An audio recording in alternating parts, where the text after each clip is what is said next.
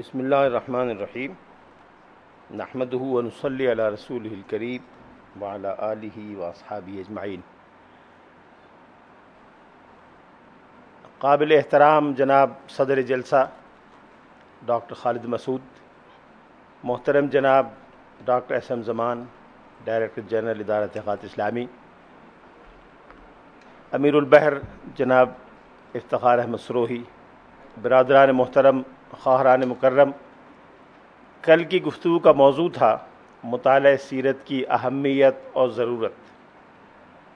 ضمناً لفظ سیرت کی لغوی اور فنی تعریف بھی زیر بحث آئی، سیرت کے بعض موضوعات کی طرف بھی اشارہ کیا گیا۔ آج اسی چیز کو ذرا تفصیل سے بیان کرنا مقصود ہے۔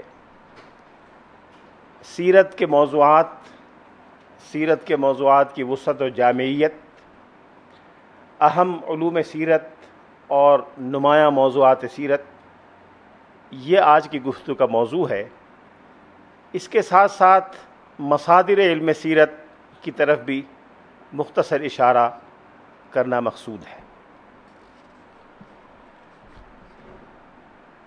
علوم سیرت اور موضوعات سیرت پر گفتگو کرنے سے پہلے اگر مختصراً ہم اپنے ذہن میں وہ بات تازہ کر لیں جس کی طرف کل اشارہ کیا گیا تھا کہ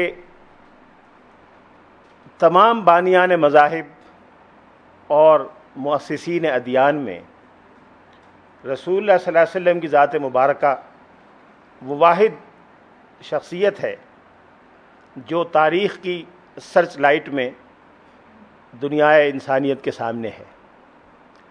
حضور علیہ الصلوۃ والسلام کا بڑے سے بڑا مخالف بھی حضور علیہ الصلوۃ والسلام کی تاریخیت اور حقیقی شخصیت کے بارے میں شک نہیں کر سکتا۔ حضور علیہ الصلوۃ والسلام سے پہلے تشریف لانے والے بہت سے بانیان مذاہب کے وجود کے بارے میں خود ان کے ماننے والوں اور ان کے عقیدت مندوں کے حلقوں میں شکوک و شبہات پائے جاتے ہیں۔ تورات و انجیل کے نام سے آج جو مجموعے ہمارے سامنے موجود ہیں وہ ان مقدس شخصیتوں کی حیات طیبہ، سوانح اور سنت کے بارے میں تقریباً خاموش ہیں۔ وہ معلومات جو ان کتابوں سے ان عظیم الشان انبیاء کے بارے میں ملتی ہیں وہ انتہائی ابتدائی اور انتہائی سطحی ہیں۔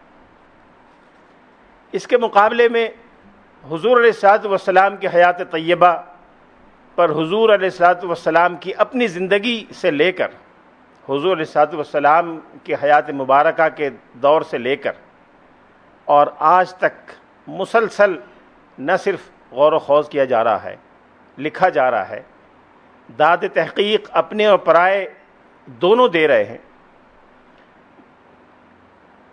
معلومات اور مصادر کی فراوانی اور توسیع کی یہ کیفیت ہے کہ آج سیرت کے نام پر کتب خانے قائم ہیں، سیرت کے نام پر ادارے اور مسندیں موجود ہیں جہاں سیرت کے مختلف موضوعات پر تحقیق اور ریسرچ کا فریضہ انجام دیا جا رہا ہے۔ کل میں نے عرض کیا تھا کہ جس کو آج ہم علم سیرت کہتے ہیں اس کو آغاز میں مغازی کے نام سے یاد کیا گیا۔ مغازی کے بارے میں تفصیلات جمع کرنے کا مقصد تاریخی بھی تھا اور قانونی بھی، دونوں ضروریات کے تحت مغازی کے بارے میں معلومات جمع کی گئیں جس کے بارے میں مزید تفصیل کل کی گفتگو میں انشاءاللہ پیش کی جائے گی۔ جیسے جیسے یہ معلومات وسعت پذیر ہوتی گئیں، حضور علیہ الصلوۃ والسلام کی زندگی کے بقیہ گوشوں کے بارے میں بھی صحابہ کرام، پھر تابعین، پھر تبع تابعین، پھر ان کے بعد آنے والی علماء کرام اور محققین کی نسلیں معلومات فراہم کرتی گئیں۔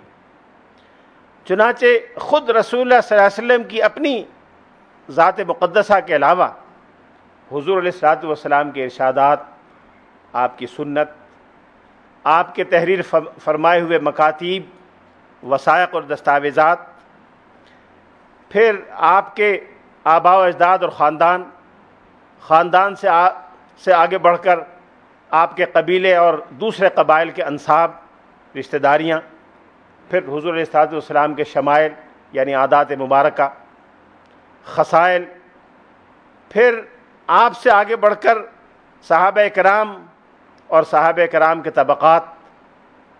اس وجہ سے طبقات کا ایک نیا فن وجود میں آیا جس کا آغاز صحابہ کرام کے بارے میں حالات جمع کرنے سے ہوا. صحابہ کرام کے حالات جمع کیے گئے، پھر صحابہ کرام کے مختلف طبقات تجویز کیے گئے. طبقے کے لفظ کو اردو کے طبقات کے بارے مفہوم میں نہ سمجھیے گا. طبقہ عربی زبان میں اسے کہتے ہیں جس کو اردو میں پیڑھی کہتے ہیں، یعنی زمانے کے اعتبار سے مختلف سطحیں. پھر رسول اللہ صلی اللہ علیہ وسلم کے فضائل اور اخلاق کے بارے میں علم حدیث سے معلومات حاصل کی گئیں. اسی کے ساتھ ساتھ حضور علیہ الصلوۃ والسلام کے معجزات اور معجزات سے دلائل نبوت، پھر دلائل نبوت سے وہ وسائل جن کا تعلق کلامیات سے ہے. اس طرح سے ایک ایک کر کے یہ موضوع پھیلتا چلا گیا. اور اب سیرت کی جتنی بنیادی کتابیں ہیں، سیرت کی جتنی امہات کتب ہیں، ان میں ایک انتہائی وسیع سلسلہ موضوعات ہے جن سے سیرت نگار گفتگو کرتا ہے. صرف نمونے کے طور پر ایک متوسط حجم کی کتاب سیرت کے عنوانات میں نے نوٹ کیے جو میں آپ کے سامنے پیش کرتا ہوں، جس سے یہ اندازہ ہوگا کہ عام متوسط کتابوں کے عنوانات کی وسعت اور اس کا پھیلاؤ کس حد تک ہے. ایک عربی سیرت نگار 7ویں 8ویں صدی ہجری کے، ان کے ابواب کا عنوان ہے رسول اللہ صلی اللہ علیہ وسلم کا خاندان، آپ کا قبیلہ، ولادت مبارکہ، آپ کے فضائل، معجزات، حضور علیہ الصلوۃ والسلام کے سلسلے میں مسلمانوں پر جن آداب اور حقوق کا فریضہ عائد ہوتا ہے، آپ کی اولاد مبارکہ، آپ کے اجداد، آپ کی جدات، دادیاں، آپ کے نانیالی رشتہ دار، آپ کی نانیاں، آپ کے خادم، آپ کی خادمائیں، جن معزز اور محترم خواتین نے حضور کی پرورش کی، دودھ پلایا، آپ کے عادات، آپ کے خصائل، آپ کے اخلاق، ازواج مطہرات، آپ کے غلام، پھر آپ کا اسلحہ، آپ کے گھوڑے، جانور جن میں سے بعض کی طرف کل اشارہ کیا گیا. سیرت نگاروں کا شروع سے یہ طریقہ رہا ہے. قدیم سے قدیم سیرت نگاروں نے بھی اس بات کا التزام کیا کہ جب رسول اللہ صلی اللہ علیہ وسلم کی سیرت مرتب کی جائے تو آپ کے خاندان اور آباء و اجداد سے آغاز کیا جائے. چنانچہ عروہ ابن زبیر سے لے کر اور آج کے سیرت نگاروں تک تقریباً تمام مصنفین و مؤلفین نے حضور علیہ الصلوۃ والسلام کے جد امجد معد ابن عدنان سے شروع کیا ہے، اور معد ابن عدنان کے خاندان کو بیان کرنے میں حضرت اسماعیل علیہ الصلوۃ والسلام اور حضرت ابراہیم علیہ السلام کے ہاتھوں بیت اللہ کی تعمیر سے سیرت کا آغاز کیا ہے. یہ بات کہ حضور علیہ الصلوۃ والسلام کا تعلق نسل ابراہیمی سے ہے، حضور علیہ الصلوۃ والسلام حضرت اسماعیل علیہ الصلوۃ والسلام کی اولاد میں ہیں، اور آپ کا سلسلہ نسب معد ابن عدنان تک قطعی اور یقینی ہے، یہ تقریباً تمام سیرت نگار بلا استثناء لکھتے چلے آ رہے ہیں. لیکن یہ عجیب بات ہے کہ بعض مغربی مصنفین نے، جن میں غالباً سب سے نمایاں نام سر ولیم میور کا ہے، اس بات کا انکار کیا کہ رسول اللہ صلی اللہ علیہ وسلم کا تعلق حضرت اسماعیل علیہ الصلوۃ والسلام کی اولاد سے ہے.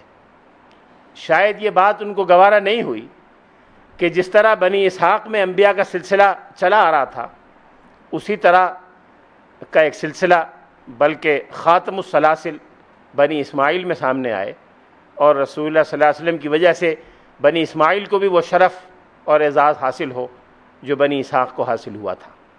یہ وجہ ہے یا کوئی اور وجہ رہی، کئی مغربی مصنفین نے اس سے انکار کیا.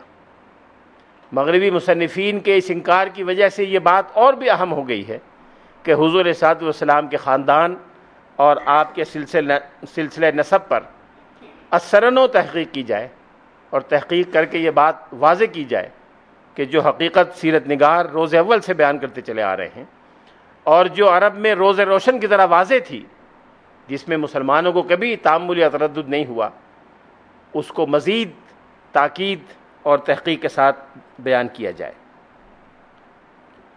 نہ صرف رسول اللہ صلی اللہ علیہ وسلم کے بنی اسماعیل سے تعلق کے بارے میں سر ولیم میور نے شکوک کا اظہار کیا، اس سے بھی آگے بڑھ کر ایک ایسی چیز کا انکار بھی بعض لوگوں نے کیا جس سے ہر مسلمان تو مسلمان، غیر مسلم بھی کم از کم 60-70 سال پہلے تک، 100 سال پہلے تک مانوس تھے۔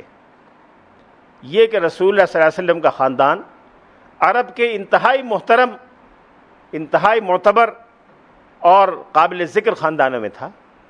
خود حضور علیہ الصلوۃ والسلام نے فرمایا کہ اللہ تعالیٰ نے ابراہیم کی نسل میں سے بنی اسماعیل کو چنا، بنی اسماعیل میں سے قریش کو چنا، اور قریش میں سے خاندان بنی ہاشم کو چنا، اور خاندان بنی ہاشم میں سے مجھے منتخب کیا۔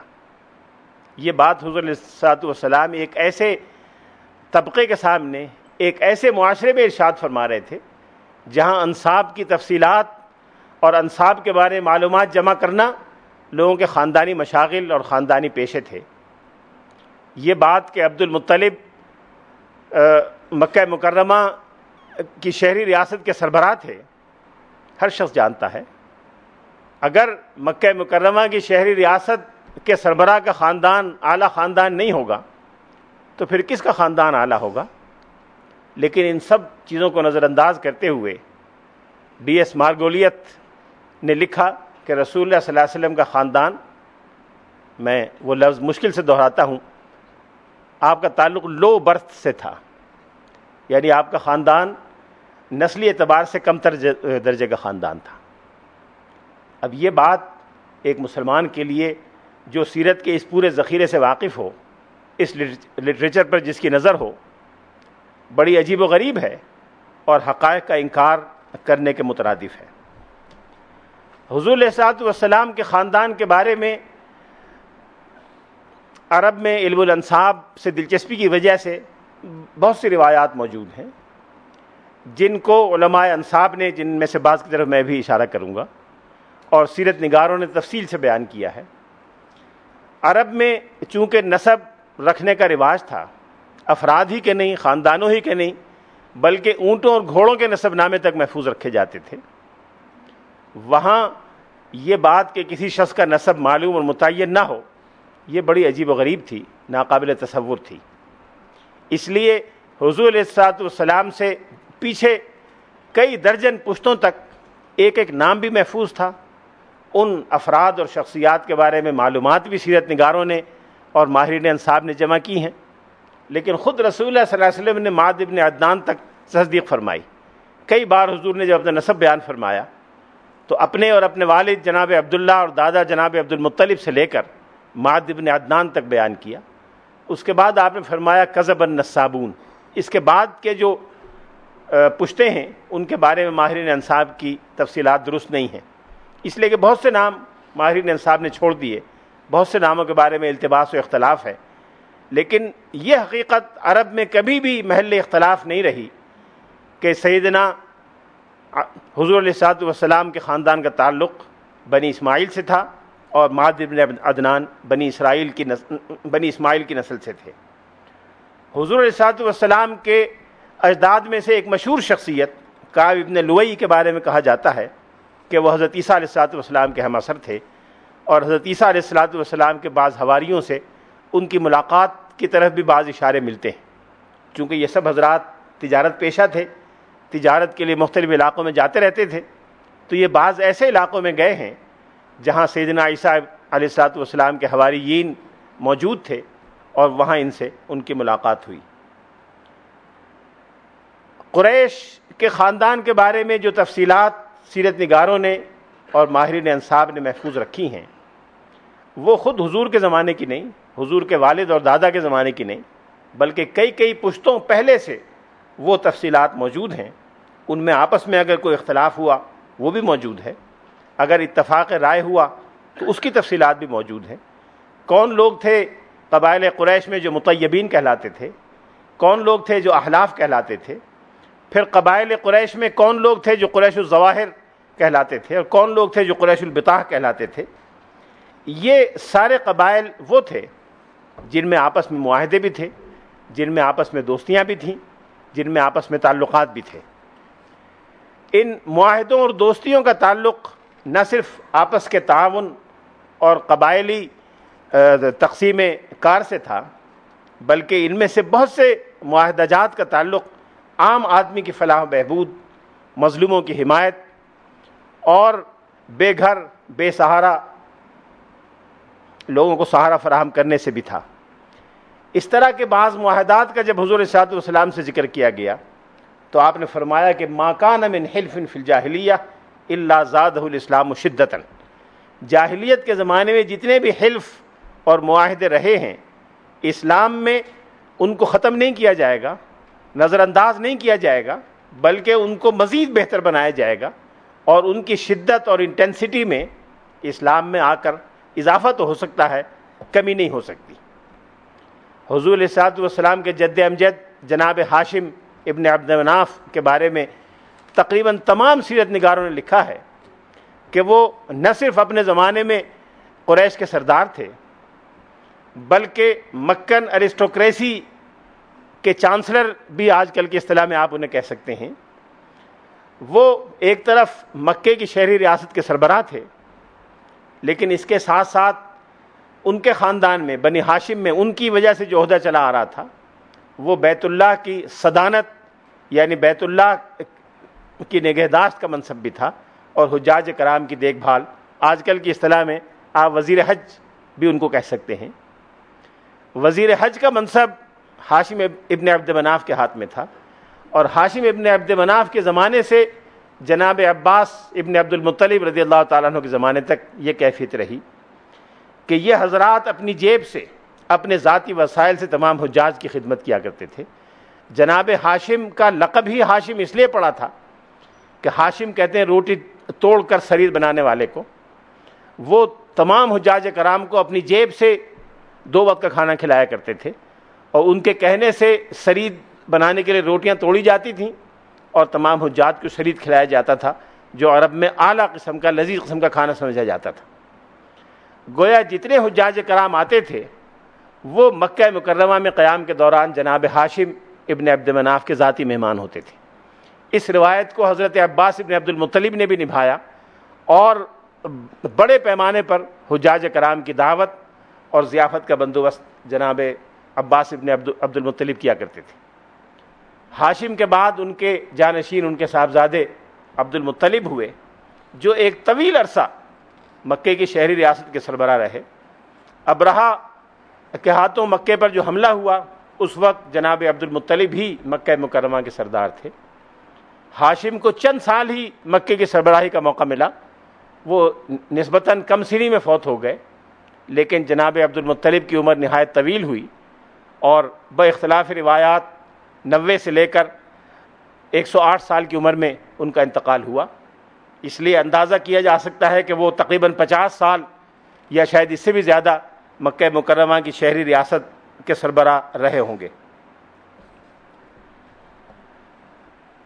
حضور علیہ الصلوۃ والسلام کے خاندان کی ان تفصیلات کی روشنی میں، جن میں سے بعض جھلکیاں میں نے آپ کے سامنے پیش کی، ہم یہ کہہ سکتے ہیں کہ رسول اللہ صلی اللہ علیہ وسلم کا خاندان نہ صرف آپ کے براہ راست آبا و اجداد، بلکہ آبا و اجداد کے قریبی رشتہ دار اور اقارب، پھر جہاں جہاں ان آبا و اجداد کی شادیاں ہوئیں ان کے سسرالی رشتہ دار اور ان کی نانیاں اور دادیاں، ان سب کے بارے میں مصنفین نے الگ الگ معلومات جمع کی ہیں۔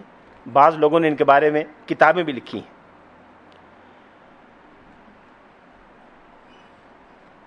سیرت نگاروں نے جب سیرت کا سلسلہ شروع کیا تو رسول اللہ صلی اللہ علیہ وسلم کے حلیہ مبارکہ پر بھی زور دیا۔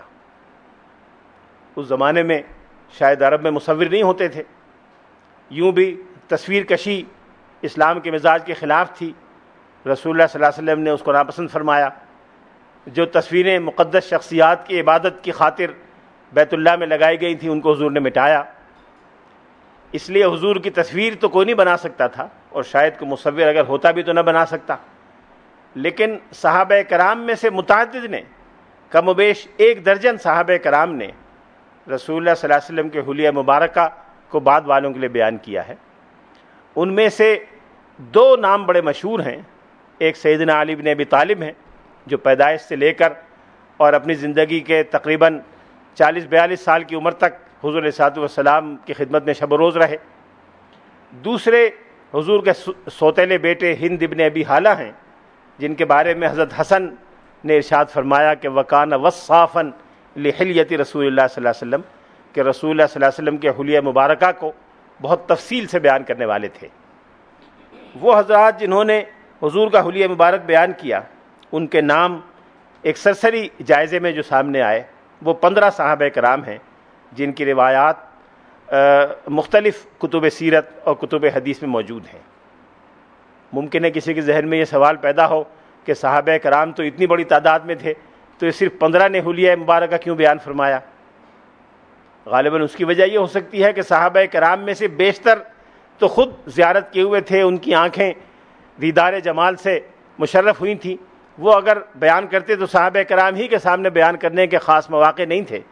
زیادہ مواقع ان صحابہ کرام کو ملے جنہوں نے تابعین کے زمانے تک، جن کی زندگی طویل رہی، اور تابعین کے مجمع میں ان کو حلیہ مبارکہ بیان کرنے کا موقع ملا۔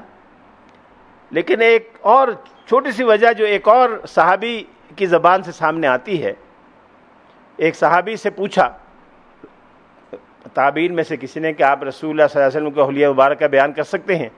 انہوں نے کہا نہیں۔ فرمایا آپ حضور کی محفل میں نہیں بیٹھ رہے؟ انہوں نے کہا جی بہت بیٹھا ہوں۔ کہ کیوں؟ انہوں نے کہا جب تک اسلام نہیں لایا تھا تو مخالفت کی وجہ سے رسول اللہ صلی اللہ علیہ وسلم کو کبھی نہیں دیکھا، دیکھنے کو جی نہیں چاہا، اور جب اسلام قبول کر لیا تو عقیدت، محبت اور رعب اتنا غیر معمولی تھا کہ کبھی نظریں اٹھا کر دیکھنے کی جرت نہیں ہوئی، اس لیے میں نے کبھی غور سے رسول اللہ صلی اللہ علیہ وسلم کو دیکھا نہیں۔ جب حاضر ہوتا تھا نظریں جھکی ہوتی تھیں، اس سے پہلے ملنے کو جی نہیں چاہتا تھا، اس لیے کبھی دیکھا نہیں تھا۔ ممکن ہے یہ وجہ بھی ہو کہ حلیہ مبارکہ بیان کرنے والوں کی تعداد نسبتاً تھوڑی ہے۔ اگر آپ اجازت دیں تو چند جملے میں ہند ابن ابی حالہ کی روایت، جو بڑی طویل روایت ہے اور امام ترمذی نے شمائل ترمذی میں بیان کی ہے۔ شمائل ترمذی حضور کے شمائل پر پہلی کتاب ہے جو ایک بڑے محدث نے مرتب کی ہے، جس میں رسول اللہ صلی اللہ علیہ وسلم کا حلیہ مبارکہ انہوں نے تفصیل سے بیان کیا ہے۔ چونکہ یہ علم سیرت کا ایک اہم حصہ ہے، اس لیے اس کے چند حصے میں آپ کے سامنے پڑھنا چاہتا ہوں۔ عربی الفاظ میں نہیں پڑھتا، اردو ترجمہ پڑھتا ہوں۔ حضرت حسن ابن علی سے روایت ہے کہ میں نے اپنے ماموں ہند ابن ابی حالہ سے، جو رسول اللہ صلی اللہ علیہ وسلم کا حلیہ مبارکہ بہت زیادہ بیان کرنے والے تھے، یہ پوچھا کہ میں یہ جاننا چاہتا ہوں کہ آپ رسول اللہ صلی اللہ علیہ وسلم کا حلیہ مجھ سے بیان فرمائیں۔ ہند ابن ابی حالہ نے فرمایا کہ رسول اللہ صلی اللہ علیہ وسلم اپنی ذات والا صفات کے اعتبار سے بھی شاندار تھے اور دوسروں کی نظروں میں بھی بڑے رتبے والے تھے۔ آپ کا چہرہ مبارک ماہ بدر کی طرح چمکتا تھا۔ آپ کا قد بالکل متوسط قد والے آدمی سے کسی قدر طویل اور لمبے انسان سے نسبتاً کم تھا۔ سر اعتدال کے ساتھ بڑا تھا۔ سر کے بال کسی قدر بل کھائے ہوئے تھے۔ اگر اتفاقاً مانگ نکل آتی تو نکال لیتے، ورنہ تکلف سے مانگ نکالنے کا اہتمام نہیں فرماتے تھے۔ آپ کا رنگ نہایت چمکدار، پیشانی کشادہ، ابرو خمدار، باریک اور گنجان تھے۔ دونوں ابرو جدا جدا تھے، ان کے درمیان ایک رگ تھی جو ناگواری کے وقت ابھر جاتی تھی۔ ناک بلندی کی طرف مائل تھی، اس پر ایک چمک اور نور محسوس ہوتا تھا۔ ابتداءً دیکھنے والا آپ کو بڑی ناک والا سمجھتا، لیکن غور کرنے سے پتہ چلتا ہے کہ یہ حسن اور چمک کی وجہ سے زیادہ بلند معلوم ہوتی ہے، ورنہ فی نفسی اتنی بلند نہیں تھی جتنی معلوم ہوتی تھی۔ آپ کی داڑھی بھرپور اور گنجان تھی، آنکھ کی پتلی نہایت سیاہ تھی، رخسار ہموار اور ہلکے تھے۔ آپ کا دہن مبارک اعتدال کے ساتھ فراخ تھا، یعنی تنگ نہ تھا۔ دندان مبارک باریک اور آبدار تھے، ان میں سے سامنے کے دانتوں میں ہلکا ہلکا فاصلہ بھی تھا۔ سینے سے ناف تک بالوں کی ایک باریک لکیر تھی۔ گردن ایسی خوبصورت اور باریک تھی جیسے مورتی کی گردن صاف تراشی ہوتی ہے، اور رنگ میں چاندی جیسی صاف اور خوبصورت تھی۔ آپ کے اعضاء نہایت معتدل اور پرگوشت تھے۔ بدن گھٹا ہوا اور مضبوط تھا۔ پیٹ اور سینہ ہموار تھا۔ سینہ فراخ اور چوڑا تھا۔ دونوں مونڈھوں کے درمیان فاصلہ قدرے زیادہ تھا۔ جوڑوں کی ہڈیاں قوی اور مضبوط تھیں۔ بدن کے وہ حصے جو عموماً کپڑوں سے باہر رہتے تھے وہ بھی نہایت روشن اور چمکدار تھے۔ بدن پر چھاتیوں کے بالائی حصے کے علاوہ بال نہیں تھے، البتہ دونوں بازوؤں، کندھوں اور سینے مبارک کے بالائی حصے پر بال تھے۔ کلائیاں دراز تھیں، ہتھیلیاں فراخ اور پرگوش تھیں، ہاتھ پاؤں کی انگلیاں تناسب کے ساتھ لمبی تھیں۔ آپ کے تلوے قدرے گہرے اور قدم ہموار تھے۔ جب آپ چلتے تو قوت کے ساتھ قدم اٹھاتے اور آگے کو جھک کر تشریف لے جاتے، قدم زمین پر آہستہ پڑتا۔ آپ تیز رفتار تھے اور کشادہ قدم رکھتے۔ جب آپ چلتے تو ایسا معلوم ہوتا تھا گویا بلندی سے پستی پر اتر رہے ہیں۔ جب کسی کی طرف توجہ فرماتے تو پورے بدن سے توجہ فرماتے۔ نظریں عموماً نیچے رہتی، آپ کی نگاہ آسمان کی بنسبت زمین کی طرف زیادہ مائل رہتی۔ آپ کی عادت شریفہ عموماً گوشہ چشم سے دیکھنے کی تھی۔ صحابہ کرام کو چلتے وقت اپنے آگے رکھتے تھے اور خود پیچھے رہتے تھے، جس سے ملتے اس سے سلام کرنے میں پہل کرتے۔ جب کسی کی طرف توجہ فرماتے تو پورے بدن سے توجہ فرماتے۔ آپ زبان کے سچے، طبیعت کے نرم خو، اور جو شخص پہلی مرتبہ دیکھتا مروب ہو جاتا، اور جو آپ کے ساتھ مسلسل خلا ملا رکھتا وہ آپ کی محبت میں گہرا ہوتا جاتا۔ حضور صلی اللہ علیہ وسلم اکثر و بیشتر گہری سوچ میں رہتے، ایسا معلوم ہوتا تھا کہ کوئی غم آپ کو مسلسل کھاتا رہتا ہے۔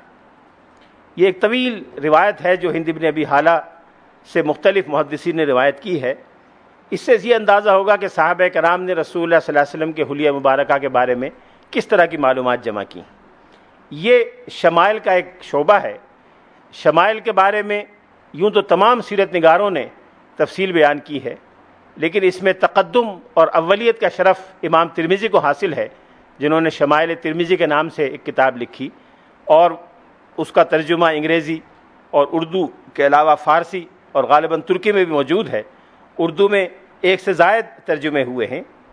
شمائل پر صرف عربی زبان میں 100 سے زائد کتابیں موجود ہیں، لیکن ان سب کتابوں میں سب سے پہلی کتاب لکھنے کا شرف امام ترمذی کو حاصل ہوا۔ شمائل کے بعد پھر سیرت کا دوسرا میدان جو سامنے آیا وہ حضور صلی اللہ علیہ وسلم کے خطبات اور وہ تقاریر ہیں جو آپ نے مختلف مواقع پر ارشاد فرمائیں۔ رسول اللہ صلی اللہ علیہ وسلم اپنے زمانے کے سب سے بڑے خطیب تھے، افصح العرب تھے۔ عربی زبان کی فصاحت و بلاغت کا جو معیار حضور صلی اللہ علیہ وسلم کے ارشادات اور خطبات میں ہے، اس تک عربی زبان کا کوئی خطیب اور ادیب نہیں پہنچ سکا۔ خود حضور نے اپنے کو افصح العرب قرار دیا، اس کے اسباب بھی بیان فرمائے۔ حضور علیہ الصلوۃ والسلام کے خطبات کتب حدیث میں بھی جا بجا منتشر ہیں۔ سیرت نگاروں نے بھی حضور کے خطبات کو جمع کرنے کا اہتمام کیا ہے۔ اس وقت حضور علیہ الصلوۃ والسلام کے خطبات کے 1 سے زائد مجموعے موجود ہیں، جن کو دیکھ کر خطبات نبوی کی بنیادی خصوصیات سامنے آ جاتی ہیں۔ ان خطبات میں جو اہم خطبات ہیں، اس میں سب سے پہلا خطبہ صفا ہے، جب حضور علیہ الصلوۃ والسلام نے اپنے اہل خاندان کو دعوت دی اور قریش کے قریب ترین لوگوں کو جمع کر کے کوہ صفا سے ان کو خطاب فرمایا۔ دوسرے اہم خطبوں میں فتح مکہ کے موقع پر حضور کا ارشاد کردہ خطبہ ہے، خطبہ تبوک ہے، جس کا اردو ترجمہ ادارہ تحقیقات اسلامی سے بھی شائع ہوا تھا۔ پھر خطبہ حجۃ الوداع ہے، جو انسانی تاریخ میں انسانی حقوق کا منشور اعظم ہے۔ اس سے پہلے انسانی حقوق کے بارے میں اتنی تفصیل کے ساتھ کسی بھی منشور یا دستاویز میں وہ معلومات اور ہدایات نہیں ملتی جو خطبہ حجۃ الوداع میں ملتی ہیں۔ پھر حضور نے اپنی وفات سے چند دن پہلے جو خطبہ ارشاد فرمایا، وہ بھی رسول اللہ صلی اللہ علیہ وسلم کے خطبات میں ایک نمایاں اور منفرد مقام رکھتا ہے۔ ان تمام خطبات میں سب سے زیادہ اہمیت یقیناً خطبہ حجۃ الوداع کو حاصل ہے، جس پر دنیا کی تقریباً تمام بڑی زبانوں میں مواد اور کتابیں موجود ہیں۔ خود اردو زبان میں 1 سے زائد کتابیں خطبہ حجۃ الوداع پر لکھی گئی ہیں، جس میں اس خطبے کے مکمل متن کے علاوہ اس خطبے کے مندرجات، اس خطبے میں دیے گئے اصول اور قواعد کی تحقیق اور تنقید، اور بین الاقوامی حقوق کا جو چارٹر ہے، انسانی حقوق کا جو بین الاقوامی چارٹر ہے، اس سے تقابلی مطالعہ بھی کئی مصنفین اور اہل علم نے اس کا کیا ہے۔ رسول اللہ صلی اللہ علیہ وسلم جب خطبہ ارشاد فرماتے تھے، یقیناً صحابہ کرام انتہائی خاموشی سے سنتے تھے، اور حضور صلی اللہ علیہ وسلم کا طریقہ تھا کہ جب خطبہ ارشاد فرماتے تو انتہائی وضاحت کے ساتھ ٹھہر ٹھہر کے اپنی بات ارشاد فرماتے، جہاں ضرورت ہوتی اس بات کی تکرار بھی کرتے۔ بعض اوقات ایسا بھی ہوا کہ کوئی اہم بات آپ نے 3 مرتبہ ارشاد فرمائی۔ خطبہ ارشاد فرماتے وقت دست مبارک سے اور انگلیوں سے بھی اشارہ فرماتے تھے۔ کئی مواقع پر ایسا ہوا کہ حضور صلی اللہ علیہ وسلم نے کسی نکتے پر زور دینے کے لیے، ظاہر اس وقت اس طرح کے روسٹرم کا رواج نہیں تھا، آج مصنف یا مقرر زور دیتا ہے تو روسٹرم پر مکہ مار کر زور دیتا ہے۔ رسول اللہ صلی اللہ علیہ وسلم جب کسی بات پر زور دیتے تھے تو بائیں دست مبارک کو ایسے کر کے اور دائیں دست مبارک کے انگوٹھے سے اشارہ فرمایا کرتے تھے کہ یہ بات میں تمہیں بتانا چاہتا ہوں۔ اور جتنے بھی سیرت نگاروں نے اور محدثین نے حضور کے خطبے کو بیان کیا ہے تو یہ بھی حدیث مسلسل ہے جس میں یہ نقشہ رسول اللہ صلی اللہ علیہ وسلم کے دست مبارک سے کیا جانے والا لوگوں نے بیان کیا۔ بعض اوقات ایسا ہوتا تھا کہ حضور صلی اللہ علیہ وسلم تشبیک سے ایک بات کو بیان فرمایا کرتے تھے۔ آپ نے ایک مرتبہ ارشاد فرمایا کہ جب انسان گناہ کرتا ہے، فلاں گناہ 3-4 گناہوں کا ذکر کیا، تو اس کے دل سے ایمان اس طرح نکل جاتا ہے، اور جب وہ توبہ کر لیتا ہے تو دوبارہ اس کے دل میں ایمان اس طرح داخل ہو جاتا ہے۔ صحابی نے فرمایا کہ فشبک بین اصابعہ، اپنے دونوں ہاتھوں کی انگلیوں کے درمیان کو ایک دوسرے میں پرو کر آپ نے بتایا۔ اب یہ نقل بھی صحابہ کے زمانے سے آج تک ہوتی چلی آ رہی ہے، اور اس حدیث کو بیان کرنے والا ہر شخص اس تشبیک کے عمل کو کر کے بتاتا ہے۔ یہ عمل بھی حدیث کا حصہ ہے اور مسلسل ہے۔ رسول اللہ صلی اللہ علیہ وسلم نے بعض مواقع پر کوئی نقش بنا کے بھی دکھایا۔ ایک مرتبہ حضور ارشاد فرما رہے تھے تو آپ نے چھڑی سے ریت پر نقش کر کے بتایا جس بات کو ارشاد فرما رہے تھے کہ راہ راست ایسی ہوتی ہے اور صراط مستقیم ایسی ہے، اور جو گمراہی کے راستے دونوں طرف نکلتے ہیں وہ ایسے ہیں، اس کو آپ نے ایک نقشے کی شکل میں بیان فرمایا۔ بعض اوقات حضور مثالیں دے کر بھی بات بیان فرمایا کرتے تھے، اور اس پر لوگوں نے الگ سے کتابیں لکھی ہیں امثال النبی پر، کہ جو مثالیں حضور نے بیان فرمائی وہ کیا ہے۔ حضور کا طریقہ تھا جو قرآن پاک کا بھی طریقہ ہے کہ پہلے ایک بات کو اجمالاً بیان فرماتے تھے، اس کے بعد اس کی تفصیل ہوتی تھی، تفصیل بعد الاجمال۔ پھر آپ کا طریقہ یہ تھا کہ بعض اوقات استفہام کا اسلوب ہوتا تھا کہ پہلے ایک بات سوالیہ انداز میں سامعین کے سامنے رکھتے تھے تاکہ سامعین متوجہ ہو جائیں اور ان کے ذہن اس پر غور کرنا شروع کر دیں، پھر حضور اس کا جواب ارشاد فرماتے تھے، تو یہ زیادہ قریب ہوتا تھا لوگوں کے ذہن کے، اور لوگوں کی سمجھ میں اور فہم میں فوراً یہ چیز بیٹھ جایا کرتی تھی۔ بعض اوقات ایسا بھی ہوتا تھا کہ رسول اللہ صلی اللہ علیہ وسلم مخاطبین کے مختلف درجات کے لحاظ سے ان کو الگ الگ خطاب فرمایا کرتے تھے۔ ابن اسحاق نے لکھا ہے کہ جب کوئی نئی وحی آتی تھی یا کوئی نئی بات آپ ارشاد فرمانا چاہتے تھے تو پہلے مردوں کے مجمع میں بیان فرماتے تھے، پھر اس کو عورتوں کے مجمع میں بیان فرماتے تھے۔ بعض اوقات ایسا ہوا کہ بچوں کے مجمع میں آپ نے ایک بات فرمائی۔ یہ ساری چیزیں وہ ہیں جو حضور صلی اللہ علیہ وسلم کے خطبات اور ارشادات پر غور کرنے والوں نے دریافت کی ہیں، اور حضور کے خطبات پر غور کرنے سے یہ خصائص خود بخود سامنے آتے ہیں۔ اردو زبان میں خطبات کا ایک ایسا ضخیم مجموعہ موجود ہے جس سے بڑا جامع مجموعہ شاید عربی کے علاوہ کسی اور زبان میں موجود نہیں ہے۔ مولانا محمد محدث جوناگڑھی، جن کا اردو ترجمہ قرآن پاک سعودی حکومت نے ابھی شائع کیا ہے اور بڑے پیمانے پر تقسیم کیا ہے، انہوں نے خطبات محمدی پر ایک بڑی مفصل کتاب کئی حصوں میں، جس کو ایک جگہ جمع کیا گیا ہے، بڑے ضخیم مجلد میں شائع کی ہے، جس میں انہوں نے خطبات نبوی کو ایک نئی ترتیب سے بیان کیا ہے۔ اگرچہ مجھے ذاتی طور پر اس ترتیب پر شرح صدر نہیں ہے، لیکن یہ خطبات نبوی کا ایک انتہائی جامع مجموعہ ہے جو اردو زبان میں دستیاب ہے۔ خطبات کے علاوہ پھر ایک نیا فن سیرت کا سامنے آیا، وہ رسول اللہ صلی اللہ علیہ وسلم کے املا کردہ وثائق اور دستاویزات ہیں۔ حضور علیہ الصلوۃ والسلام نے مختلف دستاویزات تیار کرائیں، اپنے معاصر فرمانرواؤں کو خطوط تحریر فرمائے، جن میں سے تقریباً 104 کا تذکرہ سیرت کی کتابوں میں ملتا ہے۔ ان تبلیغی اور دعوتی خطوط کے علاوہ حضور علیہ الصلوۃ والسلام نے انتظامی معاملات کے بارے میں بہت سے لوگوں کو تحریریں لکھیں۔ کچھ اور حضرات کے لیے دستاویزات آپ نے لکھ کر دیں، جن کے کئی مجموعے عربی زبان میں موجود ہیں۔ اس میں جامع ترین مجموعہ یا چند جامع ترین مجموعوں میں سے ایک ہمارے بر صغیر کے اور اس لائبریری جن کے نام پر رکھی گئی اوپر ڈاکٹر حمید اللہ صاحب نے تیار کیا ہے، الوثائق السیاسیہ فی العہد النبوی والخلافۃ الراشدہ، جس میں حضور صلی اللہ علیہ وسلم کے زمانے کے کئی سو وثائق انہوں نے جمع کیے ہیں۔ ان وثائق میں مختلف انداز کے وثائق اور دستاویزات شامل ہیں۔ بہت سے قبائل سے حضور نے معاہدے فرمائے، بہت سے قبائل کے ساتھ سابقہ معاہدوں کی تجدید کی، دعوت و تبلیغ کے خطوط بھی لکھے، عمال کا جب تقرر کیا تو تقرر کا پروانہ چارٹر آف اپوائنٹمنٹ جب جاری کیا وہ بھی دستاویزات موجود ہیں۔ بعض عمال کو تحریری طور پر ہدایات جاری فرمائیں کہ جب اپنی ذمہ داری انجام دو تو ان ہدایات پر عمل کرو۔ ان میں سے ایک بڑی اہم دستاویز وہ ہے جو آپ نے یمن کے ایک علاقے کے گورنر عمر ابن حزم صحابی ہیں، نوجوان صحابی تھے، 20-22 سال کی عمر میں ان کو یمن بھیجا۔ یمن میں ایک علاقہ تھا جند، وہاں کا ذمہ دار بنا کر بھیجا تھا، اور ایک دستاویز ان کو لکھ کر دی تھی جس میں بعض بنیادی مسائل کے احکام ان کو لکھ کے دیے گئے۔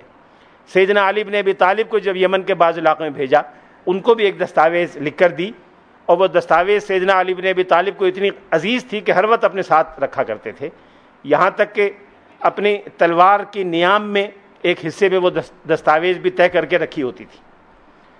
پھر حضور صلی اللہ علیہ وسلم نے بعض قبائل کو جب امان عطا فرمائی وہ دستاویزات موجود ہیں۔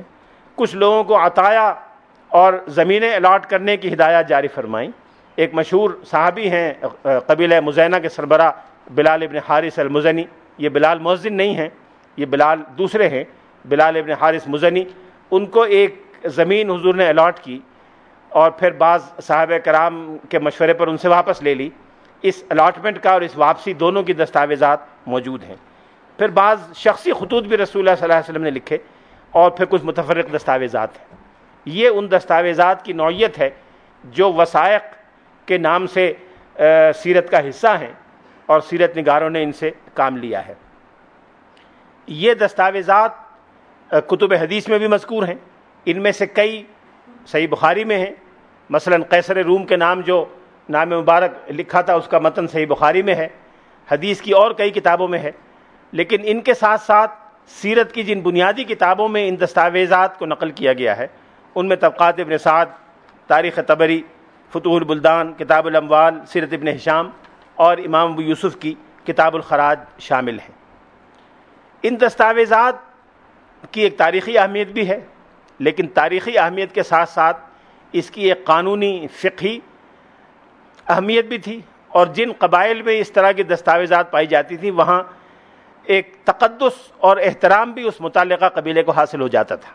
اس لیے یہ بات کوئی تعجب انگیز نہیں ہے کہ بعض لوگوں نے جعلی دستاویزات بھی تیار کیں۔ ان جعلی دستاویزات کا محدثین نے پتہ چلایا۔ بنی عباس کے زمانے میں اس طرح کی کئی جعلی دستاویزات سامنے آئیں۔ ایک دستاویز بعض یہودیوں نے پیش کی غالباً خلیفہ ہارون رشید کو، جس میں یہ دعویٰ کیا گیا تھا کہ یہ دستاویز حضور نے یہودیوں کے لیے تیار کی تھی اور یہودیوں کو بعض حقوق اور مراعات دیے گئے تھے۔ ہارون الرشید کے سامنے وہ دستاویز پیش ہوئی، اس نے مشہور فقیہ اور محدث امام اوزاعی کو بتایا کہ اس کے بارے میں رائے دیں۔ امام اوزاعی نے ایک نظر ڈالی اور کہا کہ جعلی۔ خلیفہ نے حیرت سے پوچھا کہ آپ نے ایک دم ایک نظر میں کہہ دیا کہ جعلی ہے؟ اس میں لکھا کہ انہوں نے بتایا کہ اس میں گواہوں کے ناموں میں حضرت معاویہ اور سعد ابن معاذ دونوں کا ذکر ہے۔ حضرت معاویہ کے اسلام لانے سے پہلے سعد ابن معاذ شہید ہو چکے تھے، اس لیے یہ دونوں ایک دستاویز کے گواہ نہیں ہو سکتے، اس لیے دستاویز جعلی۔ اس طرح کی بھی اور بھی مثالیں ہیں۔ ایک اور دستاویز بعد میں غالباً 4ویں-5ویں صدی ہجری میں سامنے آئی، جس کے بارے میں ابن جوزی کو خلیفہ وقت نے مامور کیا کہ اس کا ایگزامن کر کے جائزہ لیں، اور انہوں نے ایگزامن کر کے پھر فوراً یہ بتا دیا کہ دستاویز جعلی ہے اور درست نہیں ہے۔ یہ بات بھی بر صغیر کے لیے قابل شرف اور قابل فخر ہے کہ حضور صلی اللہ علیہ وسلم کی دستاویزات پر، مکاتب نبوی اور دستاویزات نبوی پر پہلی کتاب ہمارے پاکستان کے ایک محقق اور سیرت نگار نے لکھی۔ یہ بزرگ تھے شیخ ابو جعفر محمد ابن ابراہیم الدیبلی۔ دیبل بعض لوگوں کے خیال میں کراچی کا پرانا نام تھا، بعض کے خیال میں ٹھٹا کا نام تھا، بعض کے خیال میں ان دونوں کے قریب کوئی بستی تھی، لیکن وہ سندھ کی ایک بستی تھی جو اس وقت سندھ کا دارالحکومت بھی تھی، وہاں سے ان بزرگ کا تعلق تھا۔ 4 صدی ہجری کے اوائل میں ان کا انتقال ہوا۔ انہوں نے ایک کتاب لکھی تھی مکاتب نبوی پر، جو قدیم ترین کتاب ہے مکاتیب نبوی پر. اس کا اردو ترجمہ بھی ہمارے ایک دوست نے شائع کر دیا ہے، مرتب ہے، اب دستیاب ہے. ابو جعفر الدیبولی کے علاوہ جس سیرت نگار نے مکاتیب نبوی پر بہت زیادہ ٹھوس کام کیا اور بہت سے مکاتیب جمع کیے، وہ ابن طولون ہیں، جنہوں نے ایک کتاب لکھی تھی اعلام السائلین عن کتب سید المرسلین. یہ بات کہ رسول اللہ صلی اللہ علیہ وسلم کے دستاویزات اور خطوط اور مکاتیب انتہائی مقدس اور محترم سمجھے جاتے تھے، یہ بات کہنے کی ضرورت نہیں، لیکن تاریخ نے بھی اس کو محفوظ رکھا ہے اور یہ روایات کئی کتابوں میں بیان ہوئی ہیں کہ فلاں قبیلے میں رسول اللہ صلی اللہ علیہ وسلم کی تحریر کردہ فلاں دستاویز موجود تھی اور لوگ اس دستاویز کی زیارت کے لیے آیا کرتے تھے. چنانچہ ابھی میں نے عرض کیا کہ عمر ابن حزم جن کو حضور نے یمن کے ایک علاقے کا گورنر بنا کر بھیجا تھا، ایک دستاویز ان کو لکھ کر دی تھی اور وہ دستاویز ان کے خاندان میں محفوظ چلی آتی تھی. ان کے خاندان کے لوگ نسل بعد نسل نہ صرف اس کی حفاظت کرتے تھے بلکہ اس کو زبانی بھی یاد کیا کرتے تھے اور زیارت کرنے والوں کو اس کی زیارت بھی کرایا کرتے تھے. مکتوبات نبوی بیان کرنے والے اور جمع کرنے والے کئی اور حضرات بھی ہیں. اردو زبان میں بھی مکتوبات نبوی کے کئی مجموعے موجود ہیں. ایک تو خود ابو جعفر دیبولی کی کتاب کا ترجمہ اردو میں ہمارے ایک دوست اور میرے ہم سبق ڈاکٹر عبدالشہید نعمانی جو کراچی یونیورسٹی میں شعبہ عربی کے پروفیسر ہیں انہوں نے کیا ہے، وہ چھپا ہے. ڈاکٹر احمد اللہ صاحب کی الوثائق السیاسیہ کا اردو ترجمہ سیاسی وثیقہ جات کے نام سے آج سے 40 سال پہلے شائع ہوا تھا.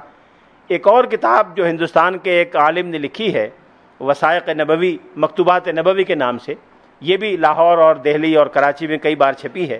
اس میں 94 مکتوبات و وثائق ہیں اور ان میں سے بہت سے مکتوبات اور وثائق کا پس منظر بھی دیا گیا ہے. اکثر و بیشتر وثائق ڈاکٹر احمد اللہ کی کتاب سے ماخوذ ہیں. جب وثائق اور دستاویز کی بات آتی ہے تو وثائق اور دستاویزات لکھوانے والوں کی بات بھی آتی ہے. رسول اللہ صلی اللہ علیہ وسلم کے پاس کاتبین کی اور تحریر کرنے والوں کی ایک بڑی تعداد ہمیشہ موجود رہتی تھی. مکہ مکرمہ میں بھی موجود تھی. مکہ مکرمہ میں یہ حضرات عموماً وحی کی کتابت کا فریضہ انجام دیا کرتے تھے اور کاتبان وحی کہلاتے تھے. مدینہ منورہ تشریف لانے کے بعد کاتبان دو قسم کے ہو گئے. ایک کاتبان وہ تھے جو کاتبان وحی تھے، یہ کاتبان میں نسبتاً سینئر لوگ تھے. ایک وہ تھے جو عام دستاویزات کے کاتبین تھے، کچھ وہ تھے جو دونوں کی کتابت میں بلائے جاتے تھے. ان کی تعداد 40-50 سے لے کر 70-80 کے درمیان تھی. بعض حضرات نے ان پر بھی کتابیں لکھی ہیں اور ان کے حالات الگ سے جمع کیے ہیں. یہ بھی سیرت کا ایک حصہ ہے. کاتبان وحی کی تعداد تو بہت زیادہ تھی، لیکن مدینہ منورہ تشریف لانے کے بعد عموماً دو حضرات کاتبان وحی میں بڑے نمایاں تھے، سیدنا عثمان بن عفان اور سیدنا علی بن ابی طالب رضی اللہ تعالیٰ عنہما. ان دونوں حضرات کو سب سے پہلے بلایا جاتا تھا. محدثین نے لکھا ہے کہ جب کوئی وحی نازل ہوتی تھی تو رسول اللہ صلی اللہ علیہ وسلم سب سے پہلے عثمان اور علی کو بلاتے تھے. فَإِنْ غَابَا، اگر یہ دونوں غیر موجود ہوں، دستیاب نہ ہوں، تو پھر حضرت ابی ابن کعب اور حضرت زید بن ثابت کو بلایا جاتا تھا. زید بن ثابت کتاب وحی میں بھی اور دستاویزات کے لکھنے والوں میں بھی سب سے نمایاں تھے اور رسول اللہ صلی اللہ علیہ وسلم کے قریب ترین لوگوں میں تھے. ان کی تفصیل مزید میں بھی عرض کرتا ہوں. جن حضرات نے کاتبین دربار رسالت کے بارے معلومات جمع کی ہیں اور کتابیں لکھی ہیں، ان میں سے ایک بزرگ تھے ابن ابی حدیدہ الانصاری، جن کی کتاب ہے المصباح المضیء فی کتاب النبی الامی. خاص کاتبان وحی اور کاتبان دربار رسالت کے تذکرے پر مبنی ہے. ایک اور مورخ تھے عمر ابن شبہ، جن کا بھی میں ذکر کرتا ہوں. انہوں نے بھی کاتبان وحی پر ایک الگ کتاب لکھی تھی. اس کتاب کے حوالے قدیم مورخین اور سیرت نگاروں کے ہاں تفصیل سے ملتے ہیں. ایک اور بزرگ تھے محمد ابن سلامہ القضاعی، جو قاضی بھی تھے. انہوں نے بھی کتاب مبارک پر، کتاب وحی پر اور کاتبان دربار رسالت پر ایک کتاب لکھی تھی. ان موضوعات کے علاوہ رسول اللہ صلی اللہ علیہ وسلم کی ذات گرامی سے متعلق حضور علیہ الصلوۃ والسلام کے اپنے شخصی معاملات کے بارے میں جتنی معلومات جمع ہو سکتی تھیں وہ تابعین نے صحابہ کرام سے جا کر جمع کی. کیسے جمع کی اس کی تفصیل کل کی گفتگو میں انشاءاللہ. کل میں نے عرض کیا تھا کہ بعض ایسی چیزوں کے بارے میں بھی معلومات جمع کرنے کا اہتمام کیا گیا جن کی شاید کوئی خاص اہمیت سیرت کو سمجھنے میں یا سیرت کے پیغام کو سمجھنے میں نہ ہو. ان میں سے 2 مثالیں میں آپ سے عرض کرتا ہوں. تفصیلی مثالوں سے بات لمبی ہو جائے گی. حضور علیہ الصلوۃ والسلام کے نالین مبارک. حضور جوتا پہنتے تھے، ہر شخص جوتا پہنتا ہے، لباس بھی پہنتا ہے، لیکن رسول اللہ صلی اللہ علیہ وسلم کا نال مبارک کس طرح کا ہوتا تھا، اس کی شکل کیا ہوتی تھی، یہ سیرت نگاروں کی دلچسپی کا مضمون بنا. اور ایک مشہور سیرت نگار نے لکھا ہے کہ جن لوگوں نے نالین مبارک پر کتابیں لکھی ہیں ان کی تعداد 50 سے زائد ہے. ان کی تعداد 50 سے زائد ہے. ان میں سے 2-3 کے نام میں آپ کے سامنے رکھتا ہوں. ایک بزرگ تھے محمد ابن عیسیٰ المقری، ان کی کتاب ہے قرۃ العینین فی تحقیق امر النالین. ایک اور بزرگ تھے، وہ بھی مقری تھے، ابو العباس المقری التلمسانی. تلمسان یعنی مراکش کے ایک شہر تلمسان کے رہنے والے تھے. ان کی کتاب ہے النفحات العنبریہ فی وصف نعلی خیر البریہ. یہ کتاب بظاہر بہت مفصل اور طویل ہوگی. اس کی کئی تلخیصیں تیار کی گئیں اور وہ ساری تلخیصیں عربی زبان میں تھیں. ان میں سے ایک تلخیص ہمارے بر صغیر کے ایک بزرگ نے بھی کی جن کا نام سیرت نگاروں نے بیان کیا ہے، علامہ رضی الدین ابو الخیر عبد المجید القادری الہندی. انہوں نے یہ تلخیص تیار کی اور اس کے بارے میں یہ ایک صاحب نے بیان کیا ہے کہ یہ تلخیص ہندوستان میں شائع ہوئی تھی. میں نے نہیں دیکھی، کتابوں میں اس کا تذکرہ پڑھا ہے. ایک اور تلخیص ایک بزرگ نے تیار کی تھی، اس کا عنوان تھا فتح المتعال فی مدح خیر النعال. اور اس میں خاص بات یہ ہے کہ یہ تلخیص انہوں نے روضہ اقدس میں حضور علیہ الصلوۃ والسلام کے قدم مبارک کی جانب بیٹھ کر لکھی تھی. اس لیے کہ نالین مبارک کے بارے میں لکھنا تھا تو قدم کی سمت میں بیٹھ کے انہوں نے یہ تلخیص لکھی تھی. ایک چھوٹا سا رسالہ اردو میں مولانا اشرف علی تھانوی کا بھی ہے جو نالین مبارک کے وصف اور اس کی شبیہ اس میں دی گئی تھی اور کچھ اور چیزیں اس سے متعلق بیان کی گئی تھیں. رسول اللہ صلی اللہ علیہ وسلم اللہ کے نبی تھے یقیناً. حضور علیہ الصلوۃ والسلام اللہ کے ترجمان تھے اور اللہ کی طرف سے شریعت، نبوت اور رسالت کے پیغام کو لوگوں تک پہنچانا یہ حضور کی اصل ذمہ داری تھی. لیکن اس کے ساتھ ساتھ رسول اللہ صلی اللہ علیہ وسلم نے بہت سے ایسے موضوعات پر بھی وقتاً فوقتاً اظہار خیال کیا جو براہ راست رسالت اور نبوت کے فریضے سے تعلق نہیں رکھتے تھے، لیکن لوگوں پر شفقت اور مہربانی ایک بزرگ کی حیثیت میں، ایک باپ کی حیثیت میں بہت سے معاملات پر حضور نے رہنمائی فرمائی. ان میں سے ایک چیز طب نبوی بھی ہے. رسول اللہ صلی اللہ علیہ وسلم ظاہر طبیب یا حکیم نہیں تھے. حضور ابدان کا علاج کرنے نہیں آئے تھے، ارواح اور قلوب کا علاج کرنے آئے تھے. طبیب ارواح و قلوب تھے، طبیب نفوس تھے. لیکن طب ابدان کے بارے میں بھی وقتاً فوقتاً حضور نے اظہار خیال فرمایا. اس پر تفصیلی گفتگو فقہیات سیرت کے عنوان سے انشاءاللہ ہوگی کہ طب نبوی کے بارے میں جو احادیث ہیں ان کی فقہی حیثیت کیا ہے اور ان کے بارے میں ایک مسلمان کا موقف اور رویہ کیا ہونا چاہیے. لیکن جن سیرت نگاروں نے طب نبوی کے بارے میں معلومات جمع کی انہوں نے عقیدت اور محبت سے یہ کام کیا اور کم و بیش 25 کتابیں عربی زبان میں اس پر لکھی گئیں. ڈاکٹر صلاح الدین منجد نے کتابیات تیار کی ہے سیرت کی، اس میں طب نبوی پر 25 عربی کتابوں کا تذکرہ کیا ہے. اردو زبان کا دامن بھی اس سے خالی نہیں. ہمارے وطن پاکستان کے ایک طبی ماہر ڈاکٹر خالد غزنوی نے کئی جلدوں میں کتاب لکھی ہے طب نبوی و جدید سائنس.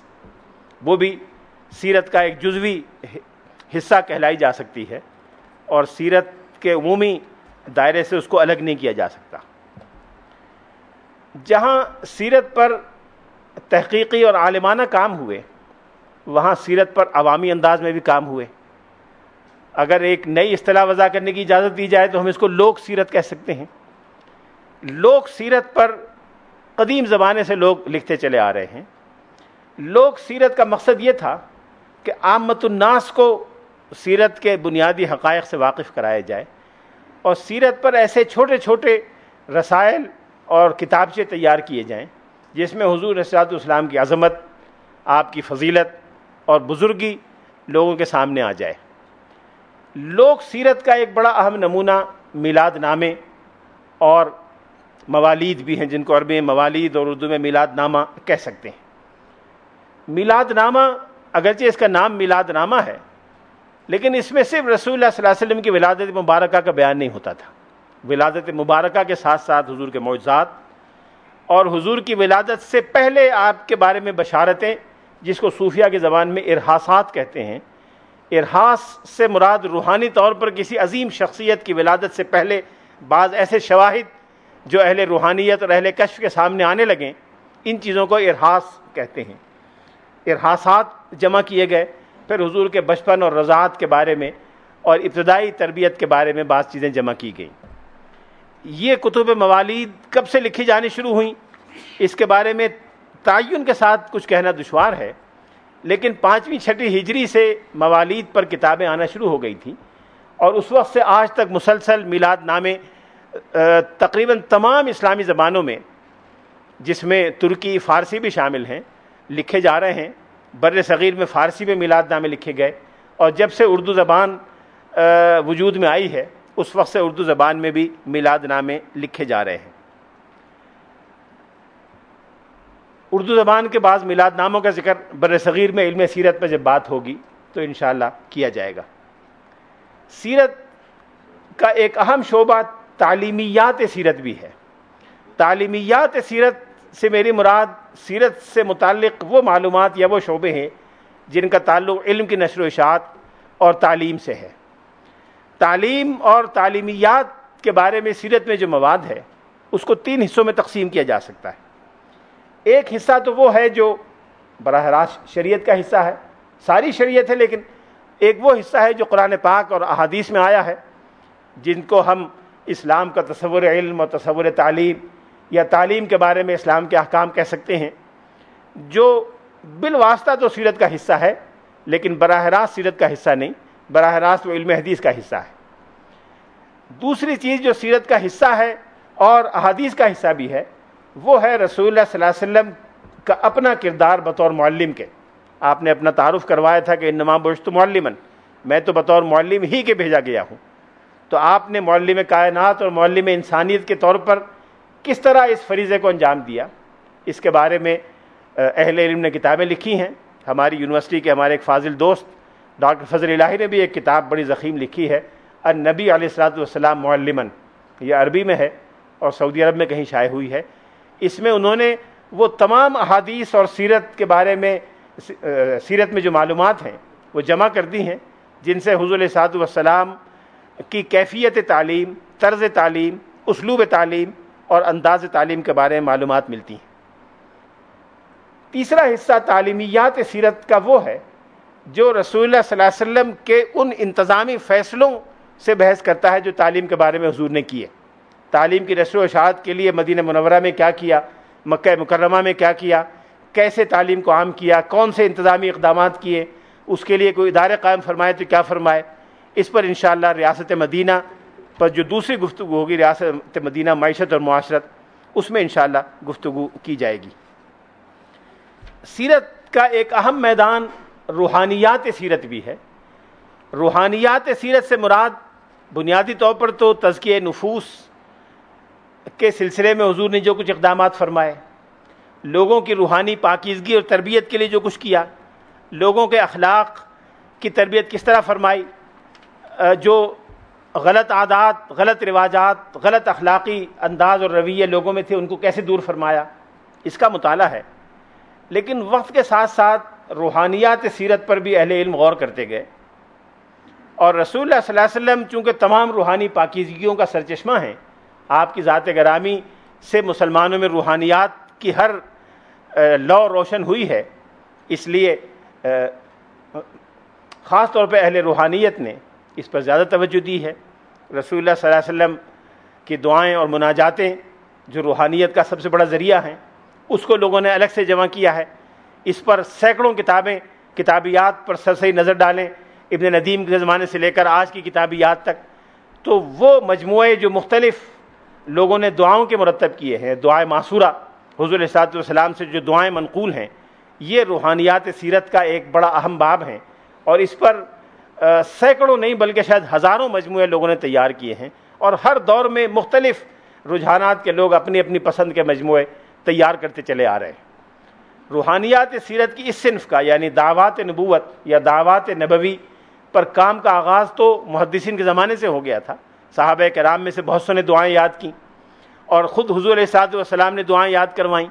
ایک صحابی کو حضور نے ایک دعا یاد فرمائی تھی، اس میں حضور نے بتایا کہ وَنَبِيِّكَ الَّذِي أَرْسَلْتَ، جب اگلے دن سنا تو انہوں نے کہا وَرَسُولِكَ الَّذِي أَرْسَلْتَ، تو آپ نے مذاق سے ان کا کان مروڑا اور کہا میں نے یہی کہا تھا، تو انہوں نے پھر یاد آیا کہ آپ نے فرمایا تھا وَنَبِيِّكَ الَّذِي أَرْسَلْتَ۔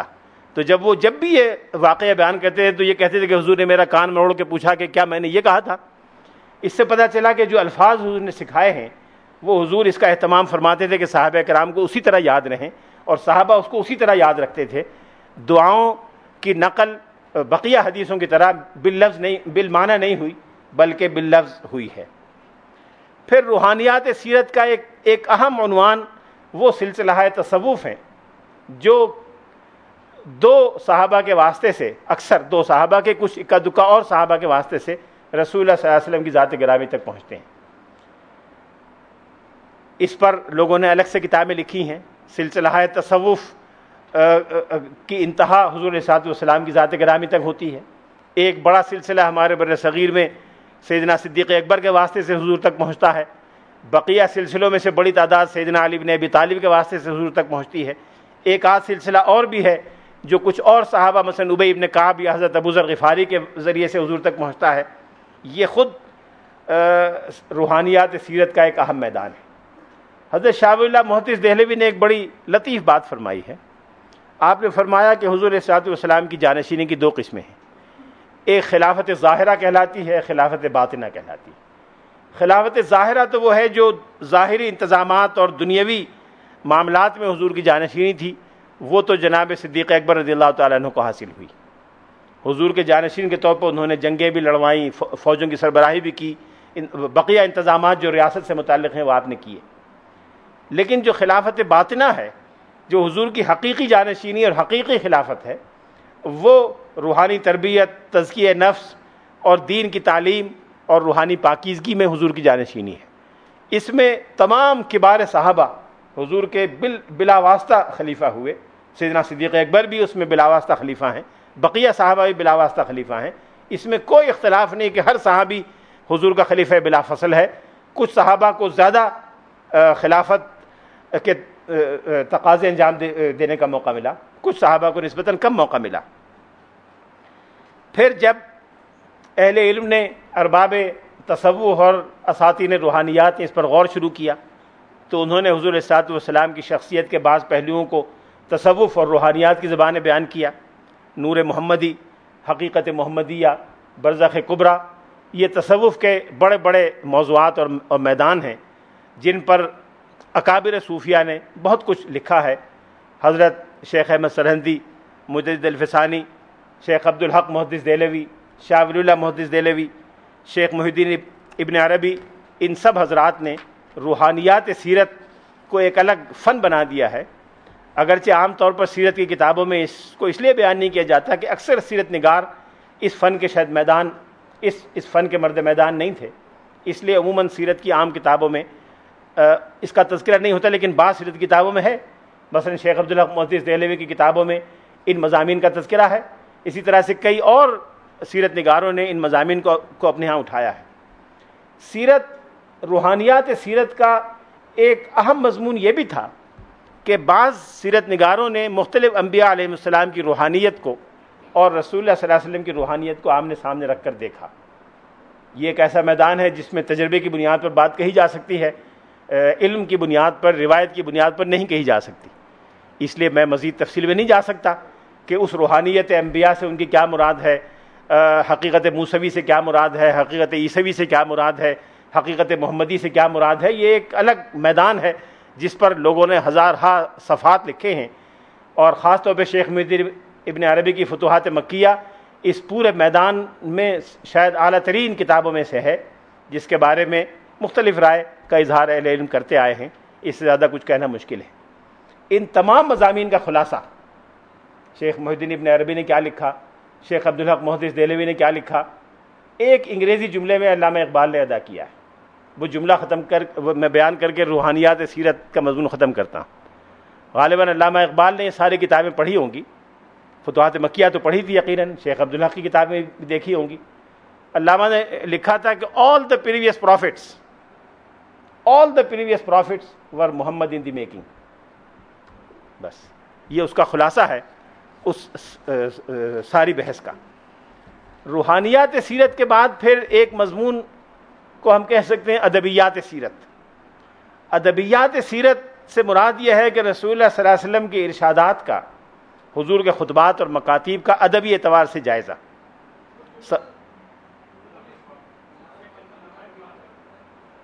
all previous prophets were Muhammad in the making۔ ادبیات سیرت میں اس زمانے کے ادبا نے اور ماہرین ادب نے یہ جائزہ لیا کہ رسول اللہ صلی اللہ علیہ وسلم کے ارشادات کا عربی زبان پر، عربی زبان کے اسالیب پر، عربی زبان کی ساخت اور طریق ادا اور طرز بیان پر کیا اثر پڑا ہے، خود اس کی خوبیاں کیا ہیں، فصاحت و بلاغت کے کون سے نقطے وہاں سے نکلتے ہیں، حضور نے نئے اسالیب عربی زبان کو کون کون سے عطا فرمائے، حضور نے عربی زبان کو کیا کیا رونق بخشی، یہ ساری چیزیں ادبیات سیرت کا حصہ کہلا سکتی ہیں۔ اس میں قدیم ترین مواد جو ملتا ہے وہ غالباً جاحظ کے یہاں ہے، جس نے البیان والتبیین میں ایک طویل اور مفصل باب رسول اللہ صلی اللہ علیہ وسلم کی ادبیات اور زبان دانی اور فصاحت و بلاغت کی تفصیلات کے لیے وقف کیا ہے۔ ادبیات سیرت میں منظوم سیرت کو بھی ہم بیان کر سکتے ہیں۔ منظوم سیرت کا طریقہ کار بہت شروع سے چلا آ رہا ہے۔ ابن ہشام کی مشہور سیرت، جس کا آگے چل کے میں تذکرہ کروں گا، اس کو کئی لوگوں نے نظم کیا۔ ابن ہشام کے مضامین کو عربی نظم میں بیان کیا، پھر عربی نظم میں واقعات بیان کرنے کی جب رو چل پڑی، فارسی نظم میں بھی کئی واقعات بیان کیے گئے، بعض لوگوں نے اردو میں بھی بیان کیا، اور ہماری اردو زبان کا دامن اس سے الحمدللہ خالی نہیں ہے۔ شاہ نامہ اسلام حفیظ جالندھری کا لکھا ہوا 4 حصوں میں یہ منظوم سیرت ہی کا ایک نمونہ ہے، جس کا مزید تفصیلی تذکرہ انشاءاللہ بر صغیر میں سیرت کے عنوان سے میں کروں گا۔ مداح نبوی یہ بھی منظوم سیرت کا ایک حصہ یا ادبیات سیرت کا ایک حصہ کہلائی جا سکتی ہے۔ صحابہ کرام کے زمانے سے مداح کا رواج چلا آ رہا ہے، بلکہ صحابہ کرام کے زمانے سے پہلے سے چلا آ رہا ہے۔ بعض اشعار عبد المطلب سے بھی منسوب ہیں، حالانکہ حضور صلی اللہ علیہ وسلم کی عمر 8 سال تھی جب عبد المطلب کا انتقال ہوا، لیکن اس وقت بھی انہوں نے کم از کم ایک موقع پر بعض شعر کہے تھے جو سیرت ابن ہشام میں بیان ہوئے ہیں۔ ابو طالب نے بھی کچھ شعر حضور کے بارے میں کہے، جن میں سے ایک شعر بڑا مشہور ہے، وَأَبْيَضَ يُسْتَسْقَى الْغَمَامُ بِوَجْهِهِ سِمَالُ الْيَتَامَى عِصْمَةٌ لِلْأَرَامِلِ۔ وہ گورا چٹا جس کا نام لے کر بادلوں سے بارش برسانے کی دعا کی جاتی ہے، جو یتیموں کا وارث اور بیواؤں کا سہارا ہے۔ ایک عجیب بات ہے کہ جب سیدنا صدیق اکبر رضی اللہ تعالیٰ عنہ بیمار تھے اور آپ کا بالکل آخری وقت تھا، اس کے چند لمحے بعد انتقال ہو گیا، غشی کی کیفیت تھی۔ حضرت عائشہ صدیقہ صاحبزادی پاس بیٹھی ہوئی تھی، ان کو افسوس تھا کہ جو کیفیت ہوگی باپ بستر مرگ پر ہو، اور بالکل غشی کا عالم تھا۔ انہوں نے ایک محبت کے اظہار میں یہ شعر پڑھا، حضرت بکر صدیق نے فوراً آنکھیں کھولی، کہا کہ یہ شعر حضور کے لیے ہے، کسی اور کے لیے نہیں کہا جا سکتا، اور اس کے بعد پھر غشی ہو گئی، پھر حضور حضرت بکر صدیق کو ہوش نہیں آیا۔ یہ شعر اس وقت صحابہ کرام میں اتنا مشہور تھا اور ابو طالب کا کہا ہوا تھا۔ اس وقت سے لے کر آج تک ہر شاعر، ہر ادیب اپنے حصہ بھر منظوم خراج عقیدت اور خراج تحسین حضور کی ذات مبارک کو پیش کرتا چلا آیا ہے۔ فارسی اور اردو زبان کا دامن اس میں سب سے زیادہ وسیع ہے۔ اگر اس میں کوئی عصبیت لسانی نہ سمجھی جائے تو میں یہ عرض کر سکتا ہوں کہ عربی زبان سے اردو اور فارسی کا دامن زیادہ وسیع ہے۔ نعتیہ کلام اور منظوم سیرت کے بیان میں۔ ادبیات سیرت کے بعد ایک پہلو ہے جس کو ہم اجتماعیات سیرت کہہ سکتے ہیں۔ اجتماعیات سیرت سے مراد یہ ہے کہ سیرت النبوی کا اجتماعی پہلو، جس پر آگے چل کے بھی بات انشاءاللہ کروں گا، سوشیولوجی آف سیرہ، کہ رسول اللہ صلی اللہ علیہ وسلم جب مکہ مکرمہ میں قیام فرما تھے، جب مدینہ منورہ تشریف لے آئے، تو آپ کے بہت سے اقدامات اور فیصلوں کا اجتماعی پس منظر کیا تھا، اس زمانے کی سوشیولوجیکل سیٹنگ کیا تھی، کس ماحول میں، کس اجتماعی ماحول میں حضور یہ کام کر رہے تھے، بہت سی چیزوں کو سمجھنے کے لیے ضروری ہے۔ مدینہ منورہ میں اجتماعیت کس رنگ کی تھی، خاندان اور قبائل کون کون سے تھے، ان کے آپس میں تعلق کی نوعیت کیا تھی، مدینہ کی زندگی اور معاشرت کیا تھی، مکے کی شہری ریاست کیا تھی، مختلف قبائل میں آپس میں تعلق اور لین دین کس انداز کا تھا۔ یہ چیز ایسی ہے کہ اس کو سمجھے بغیر سیرت کے بہت سے معاملات کو سمجھنا بڑا دشوار ہوتا ہے۔ مثال کے طور پر ایک چھوٹی سی چیز عرض کرتا ہوں ضمناً، کہ رسول اللہ صلی اللہ علیہ وسلم نے نجاشی کے دربار میں جب بھی کوئی خط بھیجا، نام مبارک بھیجا، تو عمرو ابن امیہ الضمری کو بھیجا، حتیٰ کہ عمرو ابن امیہ الضمری کے بارے میں لکھا ہے جب پہلی مرتبہ حضور نے ان کو بھیجا تو وہ اس وقت تک اسلام نہیں لائے تھے، اس وقت تک اسلام میں داخل نہیں ہوئے تھے، لیکن رسول اللہ صلی اللہ علیہ وسلم سے ذاتی تعلق اور دوستی ان کی پہلے سے تھی، ان کو حضور نے بھیجا۔ بعد میں کئی مواقع پر عمرو ابن امیہ الضمری حضور علیہ الصلوۃ والسلام کا نام مبارک لے کے گئے۔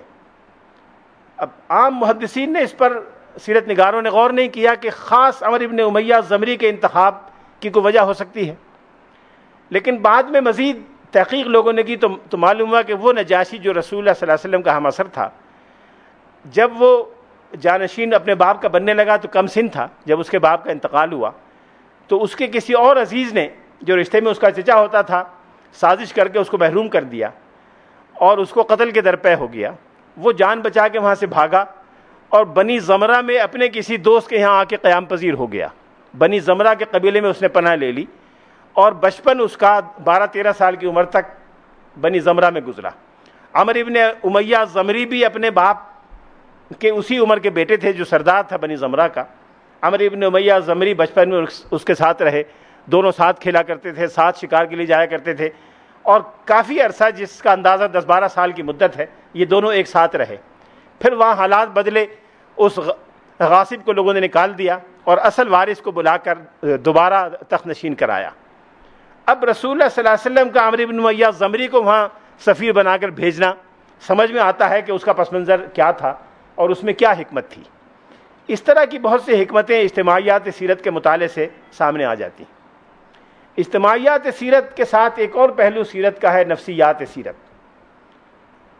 قدیم مفسرین، سیرت نگار اور محدثین اس فن سے زیادہ دلچسپی نہیں رکھتے تھے، لیکن انہوں نے بعض چیزوں کی طرف اشارے کیے ہیں جس کا مقصد یہ ہے کہ یہ بتایا جائے کہ رسول اللہ صلی اللہ علیہ وسلم نے جو بات ارشاد فرمائی اس کے پیچھے حکمت کیا تھی، مخاطبین کے ذہن میں کیا خیالات یا تصورات تھے جن کی وجہ سے آپ نے کوئی بات ارشاد فرمائی۔ پھر تبلیغ و دعوت میں مخاطب کے ذہن اور مزاج کو سامنے رکھنے کی خاطر حضور نے کیا کیا چیزیں پیش نظر رکھیں اور کن چیزوں کا حضور نے خیال رکھا۔ اس میں تدریج ایک بنیادی چیز ہے۔ حضرت عائشہ صدیقہ کی ایک روایت ہے صحیح بخاری میں کہ رسول اللہ صلی اللہ علیہ وسلم نے جو احکام دیے وہ تدریج کے ساتھ دیے۔ اگر پہلے دن یہ کہا جاتا ہے کہ یہ بھی نہ کرو، یہ بھی نہ کرو، یہ بھی نہ کرو، تو شاید لوگ نہ کرتے، تیار نہ ہوتے۔ پرانی چیزوں کو اچانک تبدیل کر دینا مشکل ہوتا ہے، آہستہ آہستہ تبدیلی آئے تو وہ دیر پا بھی ہوتی ہے اور زیادہ گہری بھی ہوتی ہے۔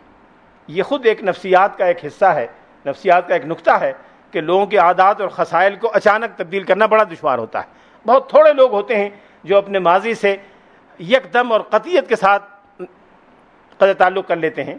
بیشتر لوگ وہ ہوتے ہیں جو ماضی سے لا تعلق اچانک نہیں ہوتے، بالتدریج اور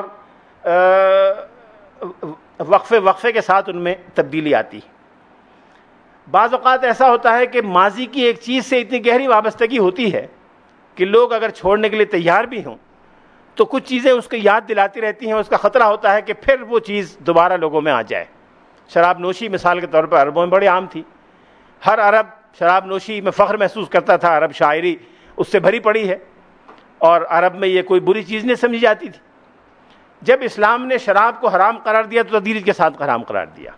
تدریج سے تو ہم سب واقف ہیں، لیکن تدریج کے ساتھ ساتھ ایک اسٹیج ایسا تھا کہ رسول اللہ صلی اللہ علیہ وسلم نے بعض ایسی چیزوں کی ممانعت بھی فرما دی جو دراصل اسلام میں حرام نہیں تھیں، لیکن ان سے شراب کی یاد یا شراب کی وابستگی پیدا ہوتی تھی. عرب میں شراب بنانے کے مختلف طریقے ہوتے تھے.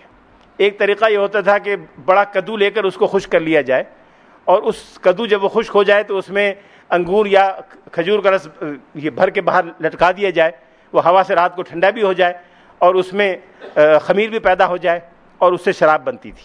اس میں محفوظ بھی رکھی جاتی تھی. چنانچہ کدو کا لفظ فارسی میں بھی شراب کے برتن کے لیے استعمال ہوتا ہے. علامہ نے بھی استعمال کیا ہے، خالی ہیں خانقاہوں میں صوفیوں کے کدو. تو کدو یہ وہی چیز ہے جس میں شراب رکھی جاتی تھی. رسول اللہ صلی اللہ علیہ وسلم نے، صحیح بخاری اور مسلم دونوں کی روایت ہے کہ ایک قبیلہ جو شراب نوشی میں بڑا نمایاں تھا، باقی کسی اور قبیلے کے لیے حضور نے یہ نہیں فرمایا، صرف اس خاص قبیلے کے لیے فرمایا. نام میرے ذہن سے نکل گیا. جب وہ لوگ اسلام قبول کرنے آئے تو آپ نے فرمایا میں تمہیں فلاں باتوں کا حکم دیتا ہوں، فلاں چیزوں سے روکتا ہوں. وَأَنْهَاكُمْ عَنِ الْحَنْتَمِ وَالدُّبَّاءِ وَالْقَرَعِ غالباً ہے، ان 4 چیزوں سے روکتا ہوں. یہ چاروں چیزیں وہ تھیں جو شراب بنانے میں یا شراب کو محفوظ رکھنے میں استعمال ہوتی تھی. اس کے بعد جب شراب کی عادت ختم ہو گئی، شراب نوشی عرب سے اٹھ گئی، تو پھر اس ممانعت کی بھی ضرورت نہیں رہی، یہ ممانعت ختم کر دی. بعض اوقات ایسا ہوا کہ رسول اللہ صلی اللہ علیہ وسلم نے مخالفین کی مخالفت کے زور کو کم کرنے کے لیے ان کے مزاج اور نفسیات کا لحاظ رکھا اور ایسے اقدامات فرمائے کہ مخالفین کی مخالفت کی شدت میں کمی آ جائے. ابو سفیان کی مثال میں نے کل دی تھی کہ ابو سفیان کی صاحبزادی سے حضور نے شادی کر لی، اور اس کے بعد پھر ابو سفیان حضور کے مقابلے میں کبھی بھی میدان میں نہیں آئے. عرب میں یہ اعزاز اور انسانی وقار کے خلاف سمجھا جاتا تھا کہ کوئی شخص اپنے داماد کے خلاف کسی بھی تحریک یا حرکت میں شریک ہو. پھر حضور نے جو ارشاد فرمایا تھا کہ من دخل دار ابی سفیان فہو آمن، وہ بھی ایک پس منظر تھا کہ ابو سفیان کے گھر میں جو پناہ لے لے گا وہ بھی امن سے ہے. یہ بھی ایک ایسی چیز تھی کہ مکے کے سردار کے گھر کو امن کا مرکز قرار دے دیا جائے تو عام لوگ اس سے جو میسج لیں گے وہ ایسا تھا کہ اس وقت مسلمانوں اور اسلامی دعوت کے لیے ناگزیر تھا کہ ایسا کیا جائے. بعض اوقات ایسا ہوتا تھا کہ کسی ایک فیصلے یا اقدام سے خطرہ ہوتا تھا، اس کا امکان تھا کہ اس کا رد عمل ایسا ہو کہ جو مناسب یا مفید نہ ہو. اس کے لیے بڑے تحمل سے اور لوگوں کے مزاج اور طبیعت کو دیکھ کر کوئی فیصلہ کرنے کی ضرورت ہوتی تھی. جب رسول اللہ صلی اللہ علیہ وسلم فاتحانہ مکے میں داخل ہو رہے تھے تو آپ کا پروگرام مکہ مکرمہ کو پیسفلی قبضے میں لینے کا تھا، کوئی ملٹری ایکشن مقصود نہیں تھا. آپ نے ہدایات واضح طور پر دی تھیں کہ جب تک مزاحمت نہ ہو تلوار نہ اٹھائی جائے. اور ایک موقع پر حضرت خالد نے تلوار اٹھائی تو حضور نے پسند نہیں فرمایا اور اس کے بارے میں ناپسندیدگی کا اظہار بھی فرمایا. جب ہی مکے میں ابھی داخل ہو رہے تھے اور ابھی مکے کے خلاف ملٹری ایکشن مکمل نہیں ہوا تھا تو ایک دستے کے سربراہ حضرت سعد بن عبادہ تھے جو قبیلہ خزرج کے سردار تھے اور اتنے بڑے آدمی تھے، اتنے غیر معمولی انسان تھے کہ انصار کی طرف سے ان کا نام خلافت رسالت کے لیے پیش ہوا تھا.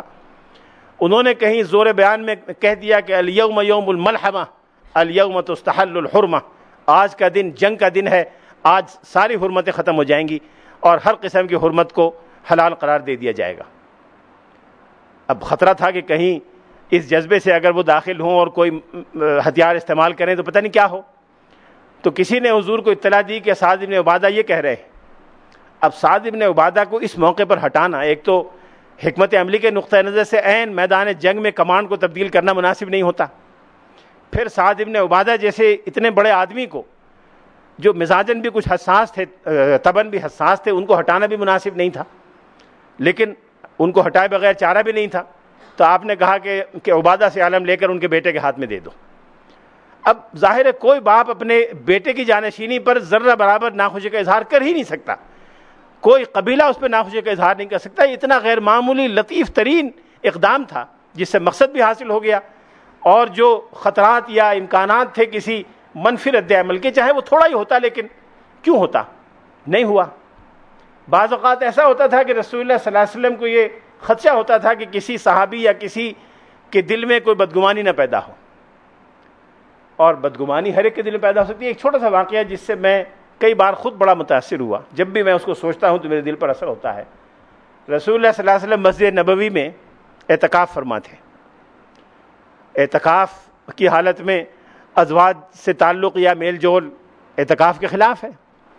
کسی غرض سے غالباً کھانا دینے یا برتن دینے یا کوئی کپڑا دینے ام المومنین حضرت صفیہ حضور کے پاس مسجد نبوی میں آئیں. اب رات کا وقت تھا، عشاء کے بعد، آدھی رات کے بعد. جب وہ گھر جانے لگیں تو حضور مسجد کے دروازے میں کھڑے ہو گئے کہ میں کھڑا ہوں، تم آگے نکل جاؤ. ابھی وہ نکلی نہیں تھی مسجد سے تو ایک صحابی جو گلی کے اوپر کے سرے سے گزر رہے تھے، دو صحابہ کرام انصاری تھے دونوں، وہ دونوں گزر رہے تھے. وہ دیکھ کے ٹھٹکے کہ حضور رات کو تنہا گلی میں خاتون کے ساتھ کھڑے ہیں، ویسے تو اعتکاف میں ہیں. تو آپ نے ان دونوں کو آواز دی کہ ادھر آؤ. وہ دونوں آ گئے. آپ نے فرمایا انما ہی صفیہ بنت حیی، یہ صفیہ بنت حیی ہیں. انہوں نے کہا یا رسول اللہ ہمارے دل میں تو کوئی بدگمانی نہیں پیدا ہو سکتی. انہوں نے کہا لا ان الشیطان یجری من الانسان مجری الدم، شیطان انسانوں کی رگوں میں خون کی طرح دوڑتا ہے. ہو سکتا ہے یہ بدگمانی تمہارے دل میں ڈال دیتا کہ یہ رات کو کون خاتون تنہا آئی ہے اعتکاف کی حالت میں، اس لیے میں نے یاد دلانا ضروری سمجھا. اس سے پتہ چلا کہ انسانی نفس میں طرح طرح کے رجحانات اور طرح طرح کی بدگمانیاں اور خیالات پیدا ہو سکتے ہیں، اور اس کو دور کرنا اور سمجھنا یہ بڑا ضروری اور ناگزیر ہے. نفسیات سیرت کے بعد کچھ اور ضمنی موضوعات ہیں جو ارباب سیرت نے بیان کیے ہیں. ایک تو اس میں سے دلائل نبوت ہے، جو دراصل تو علم کلام کا مضمون ہے، لیکن کلام اور سیرت دونوں کے گویا سرحد پر واقع ہے. کچھ حصہ کلامیات کا ہے، کچھ حصہ سیرت کا ہے، جس میں معجزات کا بیان شروع میں تو کیا گیا. کچھ حضرات نے جب سیرت پر کتابیں لکھیں تو دلائل نبوت پر الگ ابواب بنائے. اس میں معجزات اور وہ تمام غیر معمولی پہلو حضور کی شخصیت کے جن سے حضور کی نبوت کی تائید ہوتی تھی وہ اس میں بیان فرمائے گئے. پھر بالتدریج اس میں بعض علمی اور کلامی مباحث بھی شامل ہوتے گئے کہ معجزہ کیا ہے، نبوت کیا ہے، پھر وحی کیا ہے، پھر وحی اور دوسرے ذرائع علم میں فرق کیا ہے. یہ وہ چیزیں ہیں جو دلائل نبوت کہلاتی ہیں. دلائل نبوت پر بہت سے کتابیں لکھی گئیں، جن میں سے 30 کتابوں کا تذکرہ ایک سیرت نگار نے کیا ہے کہ 30 کتابیں عربی زبان میں اس سیرت نگار کے علم کی حد تک موجود ہیں. فارسی میں بھی اس موضوع پر کتابیں ہیں. اردو کا دامن بھی خالی نہیں، فارسی سے ترجمہ بھی ہوا ہے شیخ عبدالحق محدث دہلوی کی کتابوں کا، علامہ سیوطی کی کتاب کا، اور کئی کتابوں کے ترجمے اردو میں موجود ہیں، اور الگ سے بھی کتابیں دلائل نبوت پر موجود ہیں.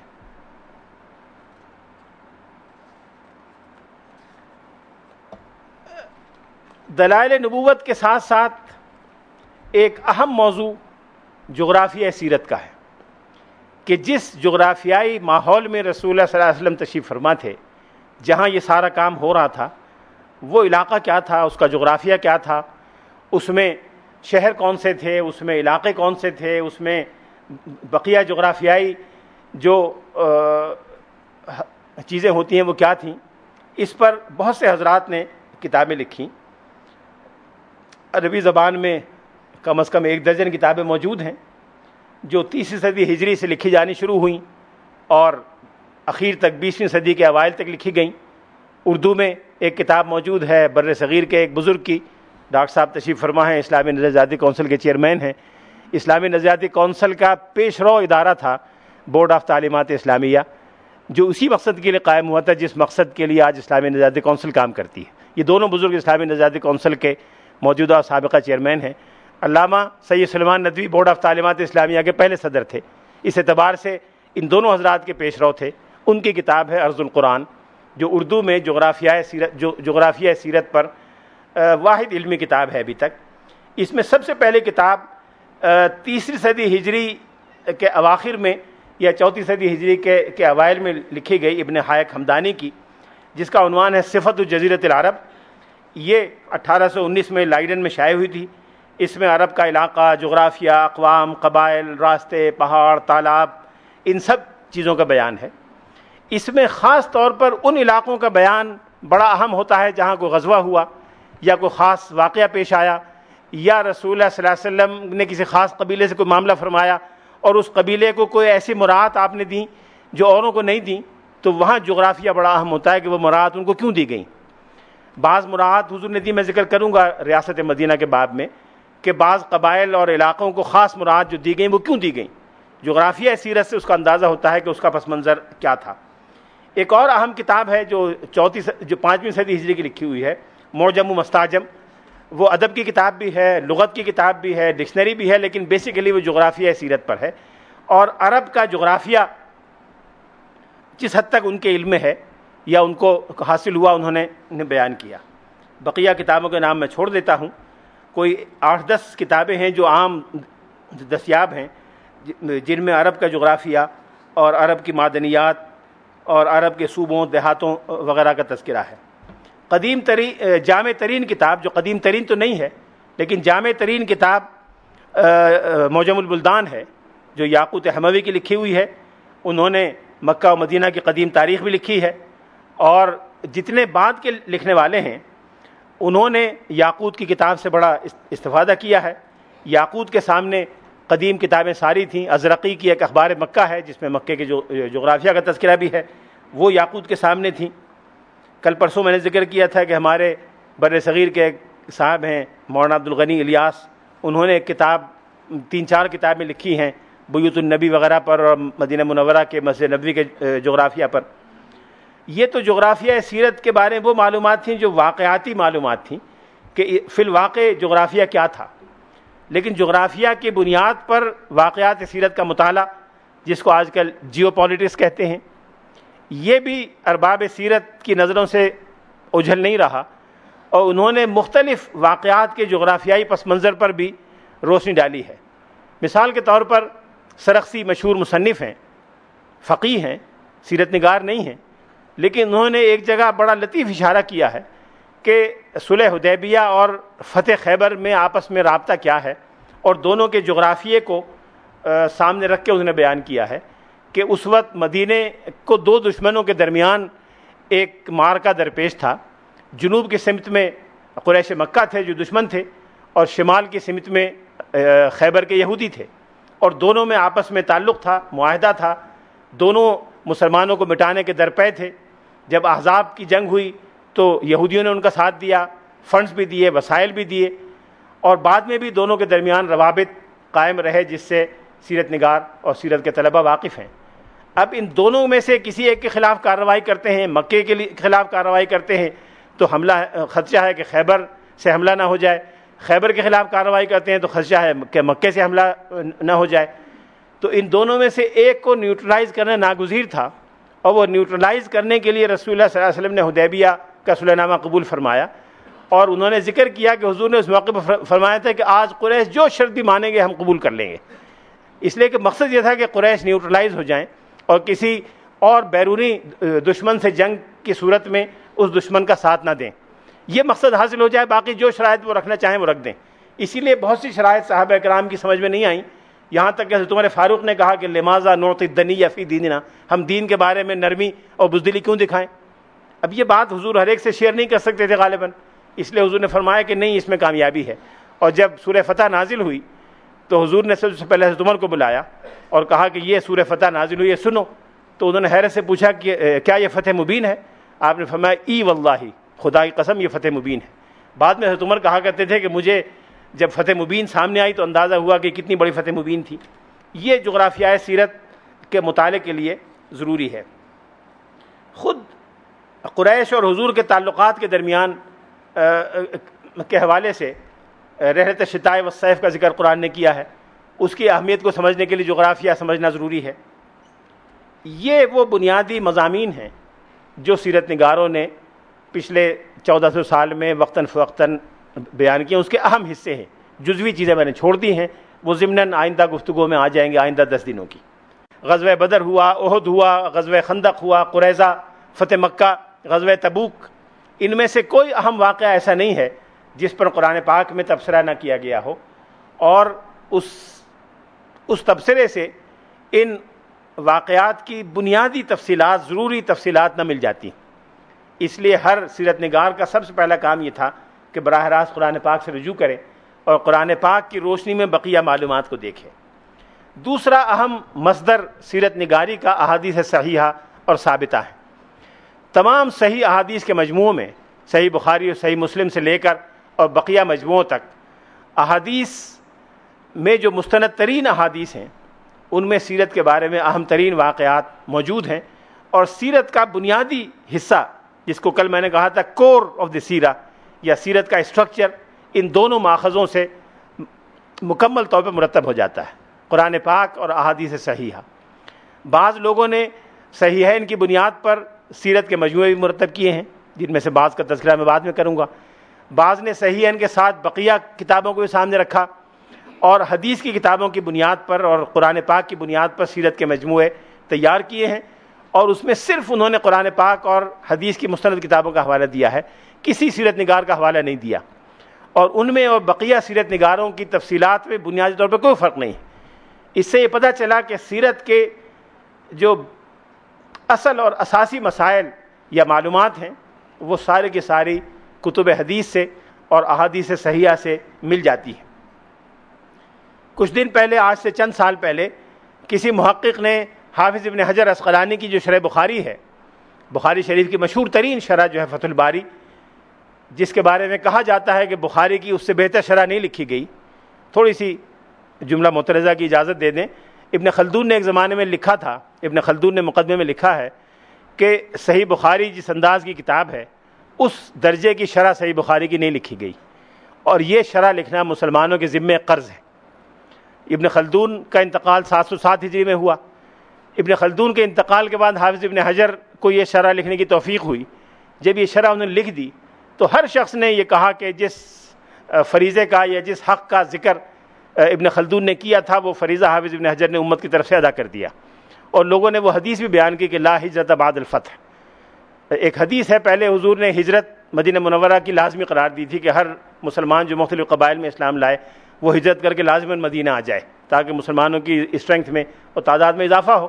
جب فتح مکہ ہو گئی تو آپ نے فرمایا کہ لا ہجرت بعد الفتح، اب فتح کے بعد ہجرت کی ضرورت نہیں۔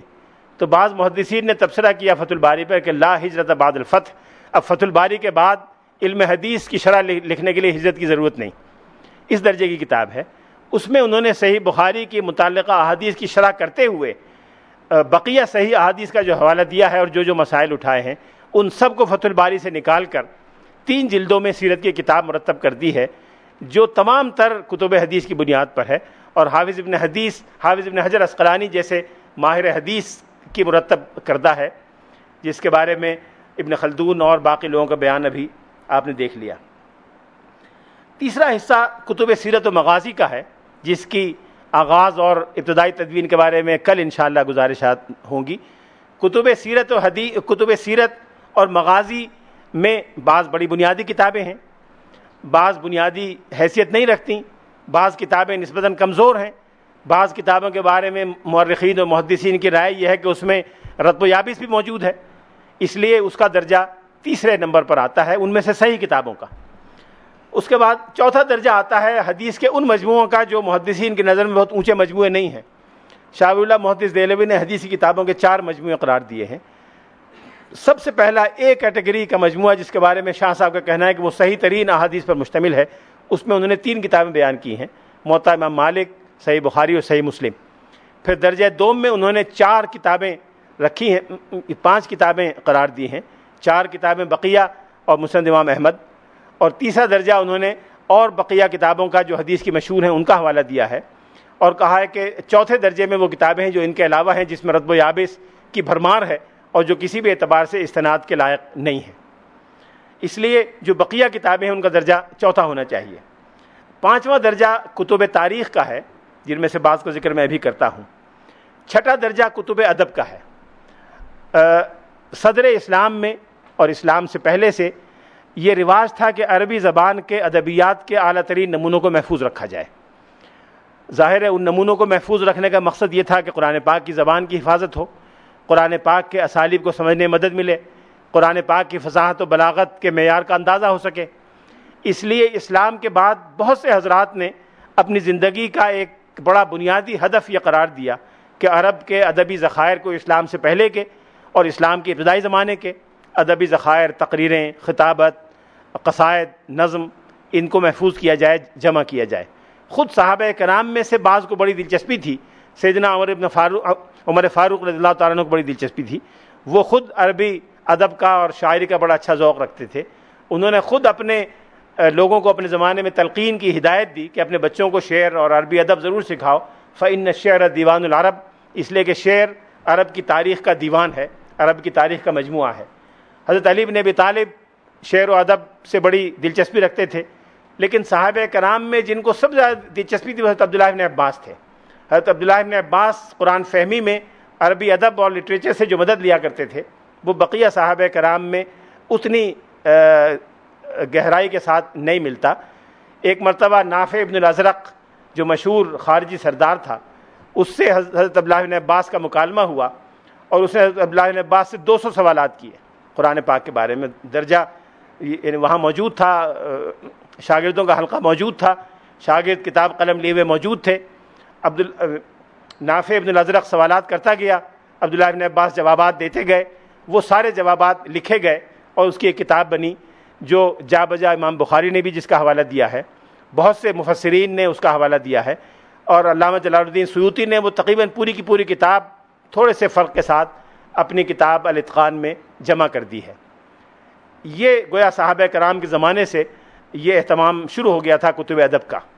لیکن کتب ادب میں جو مواد ہے، میں صرف 2 کتابوں کا حوالہ دوں گا، وہ براہ راست نہ تو سیرت پر ہے، اور اگر ہے بھی تو ظاہر ہے اس سے براہ راست سیرت کے بارے میں معلومات لینا کبھی بھی مناسب یا درست نہیں سمجھا گیا. ابو الفرج اصبہانی کی کتاب ہے، 30 جلدوں میں ہے، کتاب الاغانی. وہ عرب کے گویوں کا تذکرہ ہے، گویوں کا، نچنوں کا، بھانڈوں کے تذکرے پر ایک کتاب ہے، ادب کی کتاب ہے. اس کی کوئی اس طرح کی علمی حیثیت، دینی حیثیت نہیں ہے. لیکن جب وہ گویوں کا اور گانے والوں کا تذکرہ کرتا ہے تو جگہ جگہ قبائل کا تذکرہ بھی کرتا ہے. فلاں قبیلے کے گویے نے فلاں قبیلے کے خلاف یہ قصیدہ لکھا، کیوں لکھا، اس کا بھی ذکر آ جاتا ہے. تو اس طرح کی جزوی معلومات، یعنی جو قبائلیات کے بارے میں ہیں، اجتماعیات کے بارے میں ہیں، عام سوشل سیٹنگ کے بارے میں جو معلومات ہیں، بہت سی بڑی قیمتی معلومات اس طرح کی ادبی کتابوں سے مل جاتی ہیں. اسی طرح سے بعض کتابیں ایسی ہیں جن سے عرب کے میلوں کے بارے میں معلومات مل جاتی ہیں. رسول اللہ صلی اللہ علیہ وسلم عکاظ کے میلے میں تشریف لے جاتے تھے، تبلیغ اسلام فرماتے تھے، قرآن پاک کی دعوت دیتے تھے، تو میلوں کے بارے میں معلومات ہوں. پھر حضور نے بعض مواقع پر بعض صحابہ کرام کو بھیجا، کیوں بھیجا، کس میلے میں بھیجا. اس لیے یہ چیزیں ایسی ہیں کہ جزوی طور پر بعض خلا پر کرنے میں اس سے مدد مل جاتی ہے، بشرطے کہ وہ خلا جو پر کیا جا رہا ہے وہ بقیہ مستند کتابوں کے مطابق ہو. کتب جغرافیہ کا میں ذکر کر چکا ہوں. کتب لغت میں بڑا ذخیرہ سیرت کا موجود ہے. جب لغت نگاروں نے یعنی عربی لیکسیکوگرافرز نے عربی لغات کے مجموعے تیار کیے تو بعض مشکل الفاظ کی شرح میں انہوں نے وہ واقعات بھی بیان کر دیے یا وہ تفصیلات بھی بیان کر دی جن کا تعلق سیرت سے تھا. مثلا لسان العرب عربی کی بڑی مشہور کتاب ہے، بہت سی جلدوں میں ہے، 12 15 20 25 جلدوں تک میں چھپی ہے. اس میں جگہ جگہ سیرت کے واقعات تفصیل سے بیان ہوئے ہیں. کوئی لفظ ہے جو کسی قبیلے کا نام ہے، اس قبیلے کے بارے میں تفصیل دے دی ہے. کوئی لفظ ایسا ہے جو کسی نبوی دستاویز میں آیا ہے، اس دستاویز کا پس منظر دے دیا ہے. کوئی لفظ ایسا ہے جو کسی مشہور حدیث میں آیا ہے، اس حدیث کا کنٹیکسٹ دے دیا ہے. یہ چیز بڑی قیمتی ہے اور یہ معلومات سیرت نگاروں نے استعمال کی ہیں، ان سے فائدہ اٹھایا ہے. پھر کتب رجال یعنی محدثین جب حدیث کا فن مرتب کر رہے تھے تو حدیث کے راویوں کے حالات بھی جمع کر رہے تھے. حدیث کے راویوں کے حالات جمع کرنے میں سب سے پہلے صحابہ کرام کے حالات جمع کیے گئے، جس پر صحابہ کے تذکرے مرتب ہوئے اور صحابہ کے تذکرے پر کتابیں آئیں. پھر تابعین کے تذکرے پر آئیں، تبع تابعین کے تذکرے پر آئیں. ان تذکروں میں جا بجا کہیں کہیں ایسی معلومات ملتی ہیں جو سیرت سے متعلق ہیں اور سیرت کے مختلف پہلوؤں پر روشنی پڑتی ہے. مثال کے طور پر کسی راوی کے بارے میں تذکرہ آیا کہ یہ فلاں صاحب ہیں اور ان کے دادا فلاں غزوے میں حضور کے ساتھ شریک تھے، فلاں صاحب ہیں ان کی والدہ کے فلاں صاحب حضور کے ساتھ فلاں موقع پر شریک تھے.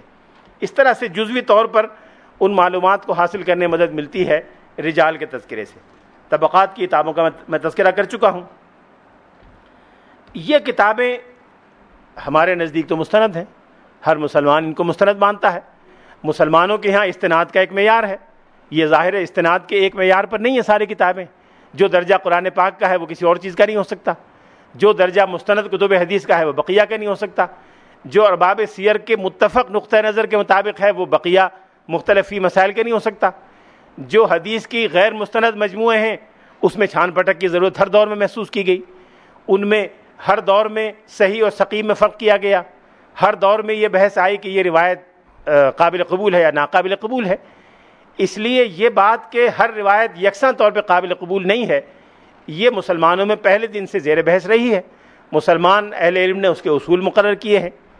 اب یہ بات کہ ان اصولوں کو سب کو نظر انداز کر کے، مسلمان محدثین اور سیرت نگاروں کی تحقیق کو نظر انداز کر کے ان تمام مجموعوں کو نظر انداز کر دیا جائے اور غیر تاریخی اور غیر مستند ثابت کیا جائے، یہ غیر علمی بات معلوم ہوتی ہے، اس کی بنیاد درست نہیں معلوم ہوتی۔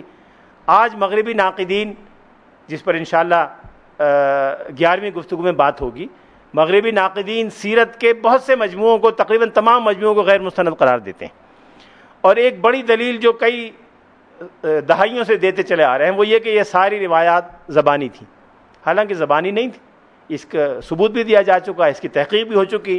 ڈاکٹر فواد سیزگن نے اس پہ لکھا ہے، مصطفیٰ اعظمی نے لکھا ہے، ڈاکٹر حمید اللہ نے لکھا ہے، اور بہت سے مصنفین نے لکھا کہ یہ ساری روایات زبانی نہیں تھیں، بلکہ زبانی اور تحریری دونوں طرح کی روایات تھیں۔ لیکن یہ بات کہ مسلمانوں میں زبانی روایت کا اور چیزوں کو حفظ کرنے کی روایت آج تک چلی آ رہی ہے، اس محفل میں بھی کم و بیش 1 درجن حفاظ قرآن ہوں گے، ایسے لوگ بے شمار ہیں مسلمانوں میں جن کو حدیث کی کتابیں زبانی یاد ہیں۔ میں نے ایسے لوگ دیکھے ہیں جن کو حدیث کی کتابیں زبانی یاد ہیں۔ متون یاد کرنے والے آج جگہ جگہ پائے جاتے ہیں، درسی کو منطق کا متن یاد ہے، کسی کو فقہ کا متن یاد ہے، کسی کو کوئی متن یاد ہے۔ تو مسلمانوں میں یادداشت اور زبانی یاد کی روایت تو اتنی مستحکم ہے کہ آج 14 سال بعد تک چلی آ رہی ہے۔ اس روایت کو نظر انداز کر دینا اور ان تحریری ذخائر کو جو حضور کے زمانے سے چلے آ رہے تھے ان کو نظر انداز کر دینا اور یک طرفہ طور پر یہ کہتے جانا کہ یہ سارا ذخیرہ غیر مستند ہے، یہ محض تحکم ہے، یہ محض ضد ہے، اس کا کوئی علمی جواب نہیں ہو سکتا۔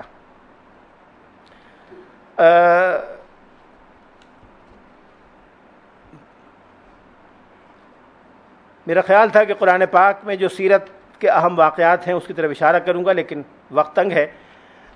قرآن پاک میں جو سیرت کے واقعات ہیں ان کو جمع کر کے اور الگ کتاب کی شکل میں مرتب کرنا، یہ کام کئی لوگوں نے کیا ہے۔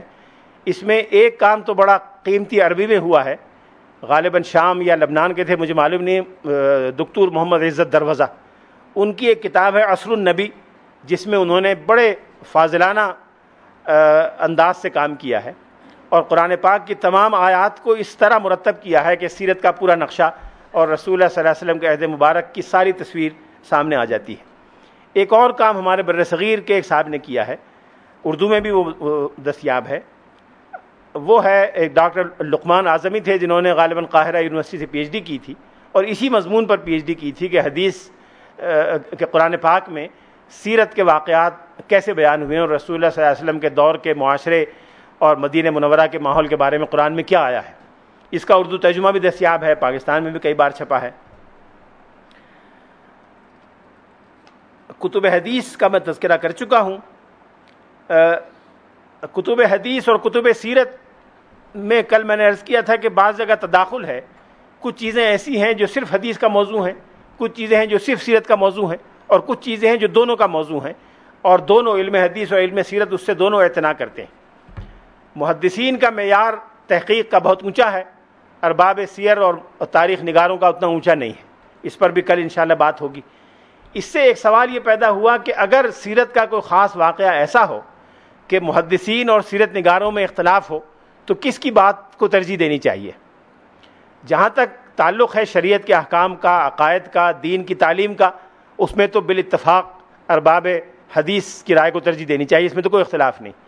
لیکن اگر کوئی چیز خاص سیرت کے واقعے سے، تاریخی واقعے سے متعلق ہے جس سے کوئی حکم شرعی یا حکم فقہی یا عقیدہ ثابت نہیں ہوتا، اس میں اگر ارباب سیر اور ارباب حدیث میں اختلاف ہو تو کس کو ترجیح دینی چاہیے؟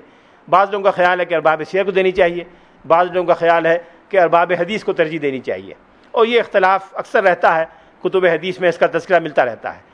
مثلا غزوات میں کون سا غزوہ پہلے ہوا، کون سا بعد میں ہوا، کوئی خاص واقعہ کسی خاص غزوے میں پیش آیا یا کسی اور غزوے میں پیش آیا، اس طرح کے اختلافات ہیں۔ فلاں واقعہ جو ہوا تھا فلاں غزوے سے واپسی پہ ہوا تھا یا کسی اور غزوے سے واپسی پر ہوا تھا، یہ واقعہ ایک مرتبہ ہوا یا 2 مرتبہ ہوا۔ مثال کے طور پہ تاریس کا واقعہ مشہور ہے، لیلۃ التاریس مشہور ہے۔ تعریس اصل میں کہتے ہیں صبح کی نماز کے بعد سو جانے کو، صبح کی نماز کے بعد سو جانے کو عربی میں تعریس کہتے ہیں۔ ایک مرتبہ رسول اللہ صلی اللہ علیہ وسلم کہیں سفر سے واپس تشریف لا رہے تھے اور لمبا سفر تھا، تھکے ہوئے تھے، تو حضرت بلال کو حضور نے کہا کہ تم جاگتے رہنا اور فجر کے وقت ہمیں اٹھا دینا، اور یہ کہہ کے سب سو گئے۔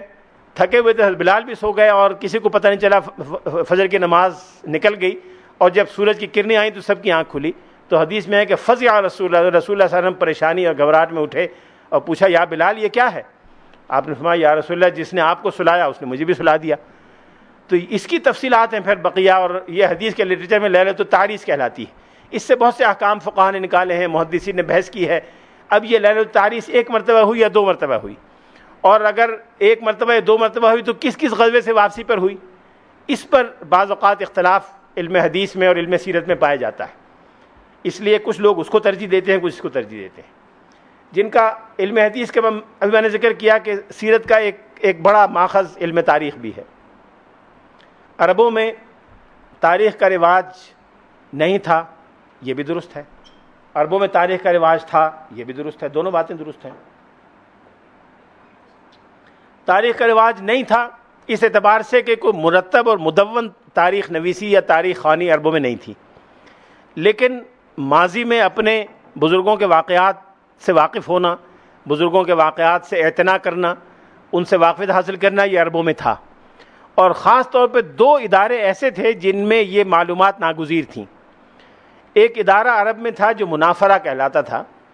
منافرہ سے مراد تھی کہ جب دو قبائل میں آپس میں یہ اختلاف ہو جائے کہ کون سا قبیلہ افضل اور برتر ہے، یا قبائل کی سرداری میں دو افراد کے درمیان مقابلہ ہو جائے، دو مقابل اور مدعی سامنے آئیں، اس میں کس کو ترجیح دی جائے۔ تو اس میں ترجیح کے اور اسباب میں یہ بھی تھا کہ کس کے آباء و اجداد کی خدمات زیادہ ہیں، کس کا خاندان زیادہ خدمت میں پیش نظر تھا، کس کے آباء و اجداد کی صلاحیتیں زیادہ تھیں۔ جب یہ ہوتا تھا تو پھر آباء و اجداد کے بارے میں معلومات جمع کرنے کی ضرورت پڑتی تھی، اس سے مدد لی جاتی تھی۔ اس ادارے کو منافرہ کہتے تھے۔ یہ منافرہ کا ادارہ حضرت عمر کے خاندان میں چلا آ رہا تھا، اور جب جناب عبد مناف حضور علیہ الصلوۃ والسلام کے چوتھے پانچویں دادا کا انتقال ہوا تو ان کی جانشینی پر ان کے دو بیٹوں میں اختلاف ہوا۔ ایک جناب ہاشم، ان کا دعویٰ تھا کہ میں حقدار ہوں، اور عبد شمس ان کے بھائی، ان کے بڑے بھائی، ان کا دعویٰ تھا کہ میں اس کا حقدار ہوں۔ اب دو بھائیوں میں جو ایک بڑے باپ کے بیٹے تھے، مکے کی سرداری میں اختلاف ہوا تو حضرت عمر فاروق کے دادا کو حکم بنایا گیا، چونکہ منافرہ کا محکمہ ان کے پاس تھا۔ انہوں نے دونوں کا موقف سنا اور جناب ہاشم کے حق میں فیصلہ کیا کہ سرداری کے حقدار یہ ہے۔ اس طرح کی اور مثالیں بھی ہیں۔ تو منافرہ کے لیے ضروری تھا کہ قبائل کے حالات اور اکابر کی خدمات کے بارے میں معلومات جمع کی جائیں، اس لیے یہ معلومات جمع ہوتی تھی اور اس سے وہ نامانوس نہیں تھے۔ دوسرا بڑا ادارہ جو ان کے ہاں تھا وہ ایام کہلاتا ہے۔ ایام العرب کے نام سے الگ فن موجود تھا، اور عربوں میں قدیم قبائل کے کارنامے اور خاص طور پہ جنگوں میں فتوحات کے تذکرے ہوا کرتے تھے۔ ایام العرب پر اس وقت بھی کتابیں موجود ہیں۔ ایک بڑی ضخیم کتاب ابھی آج سے 50 سال پہلے ایک مصری عالم نے جمع کی تھی، اس میں کوئی 60-70 کے قریب ایام کا تذکرہ ہے۔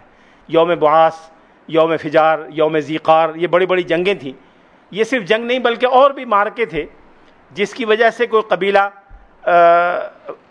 باعزت قرار پاتا تھا یا زیادہ کامیاب قرار پاتا تھا۔ یہ معلومات بھی عربوں میں جمع ہوتی تھی اور نسل بعد نسل چلتی رہتی تھی۔ اس لیے تاریخ سے شغف کسی حد تک عربوں میں موجود تھا۔ پھر ان دونوں سے بڑھ کر علم انساب کے بارے میں عربوں میں جو اہتمام تھا وہ بڑا غیر معمولی تھا، اور انساب کے بارے میں معلومات عرب جمع کیا کرتے تھے۔ ایام العرب مخالف قبائل کی شکست و مظالم کی رویدادیں، اپنے قبیلے کی فتوحات کا فخریہ بیان، اور ان سب کو نسل بعد نسل بیان کرنے کی روایت، یہ تینوں چیزیں عرب میں چلی آ رہی تھیں۔ جب یہ چیزیں جمع ہو رہی تھیں تو اس میں حضور کے خاندان کے بارے میں بھی جمع ہو رہی تھیں، جناب ہاشم اور عبد مناف کے بارے میں جمع ہو رہی تھیں، قصی کے بارے میں بھی ہو رہی تھیں، اور سب شخصیتوں کے بارے میں یہ معلومات دستیاب ہو رہی تھیں۔ جن مورخین کے بارے میں یہ معلومات ملتی ہیں ان میں قدیم مورخین میں ابن حبیب نمایاں ہیں، اور انساب پر لکھنے والے نمایاں ہیں۔ جنہوں نے انساب پر لکھا ہے، مصعب ابن زبیر، حضرت عائشہ کے نواسے، براہ راست ان کو صحابہ تک رسائی حاصل تھی، حضور کے خاندان کے فرد تھے، حضور کے خاندان تک رسائی ان کو حاصل تھی۔ ان تک حضرت عائشہ کے بھانجے حضرت ابوبکر صدیق کے نواسے، انہوں نے انصاب پر پہلے معلومات جمع کی، ان کے اقوال انصاب کی ساری کتابوں میں ملتے ہیں۔ تاریخ جن لوگوں نے مرتب کی ان میں قدیم ترین جو لوگ ہیں ان میں خلیفہ ابن خیاط ہیں، جن کی کتاب تاریخ چھپی ہوئی موجود ہے۔ بقیہ مورخین کے نام میں چھوڑ دیتا ہوں۔ خلیفہ ابن خیاط کی تاریخ چھپی ہوئی ہے۔ اخبار مکہ ازرقی کی میں نے پہلے بھی تذکرہ کیا، یہ غالباً 30 صدی ہجری کے آدمی ہیں، ان کی کتاب موجود ہے۔ عمر ابن شبہ مشہور مورخ ہیں جن کے طبری میں بے شمار حوالے ہیں، طبری کی بہت سی روایات عمر ابن شبہ کے حوالے سے ہیں۔ ان کی ایک کتاب ابھی حال ہی میں چھپی ہے، میں نے نہیں دیکھی، آج ہی میں نے رسالے میں اس پر تبصرہ پڑھا، اخبار المدینہ المنورہ۔ اخبار المدینہ المنورہ ان کی کتاب تھی، ابھی ایڈٹ ہو کے چھپی ہے، لیکن تمام مورخین میں اس کے تبصرے موجود ہیں۔ اس میں انہوں نے 3 حصے قرار دیے ہیں۔ ایک پہلا حصہ ہے مدینہ منورہ حضور کے عہد میں، مدینہ منورہ حضرت عمر کے عہد میں، مدینہ منورہ حضرت عثمان کے عہد میں۔ انصاب کے بارے میں مزید تفصیل کا وقت نہیں رہا، اس پر کتابیں موجود ہیں۔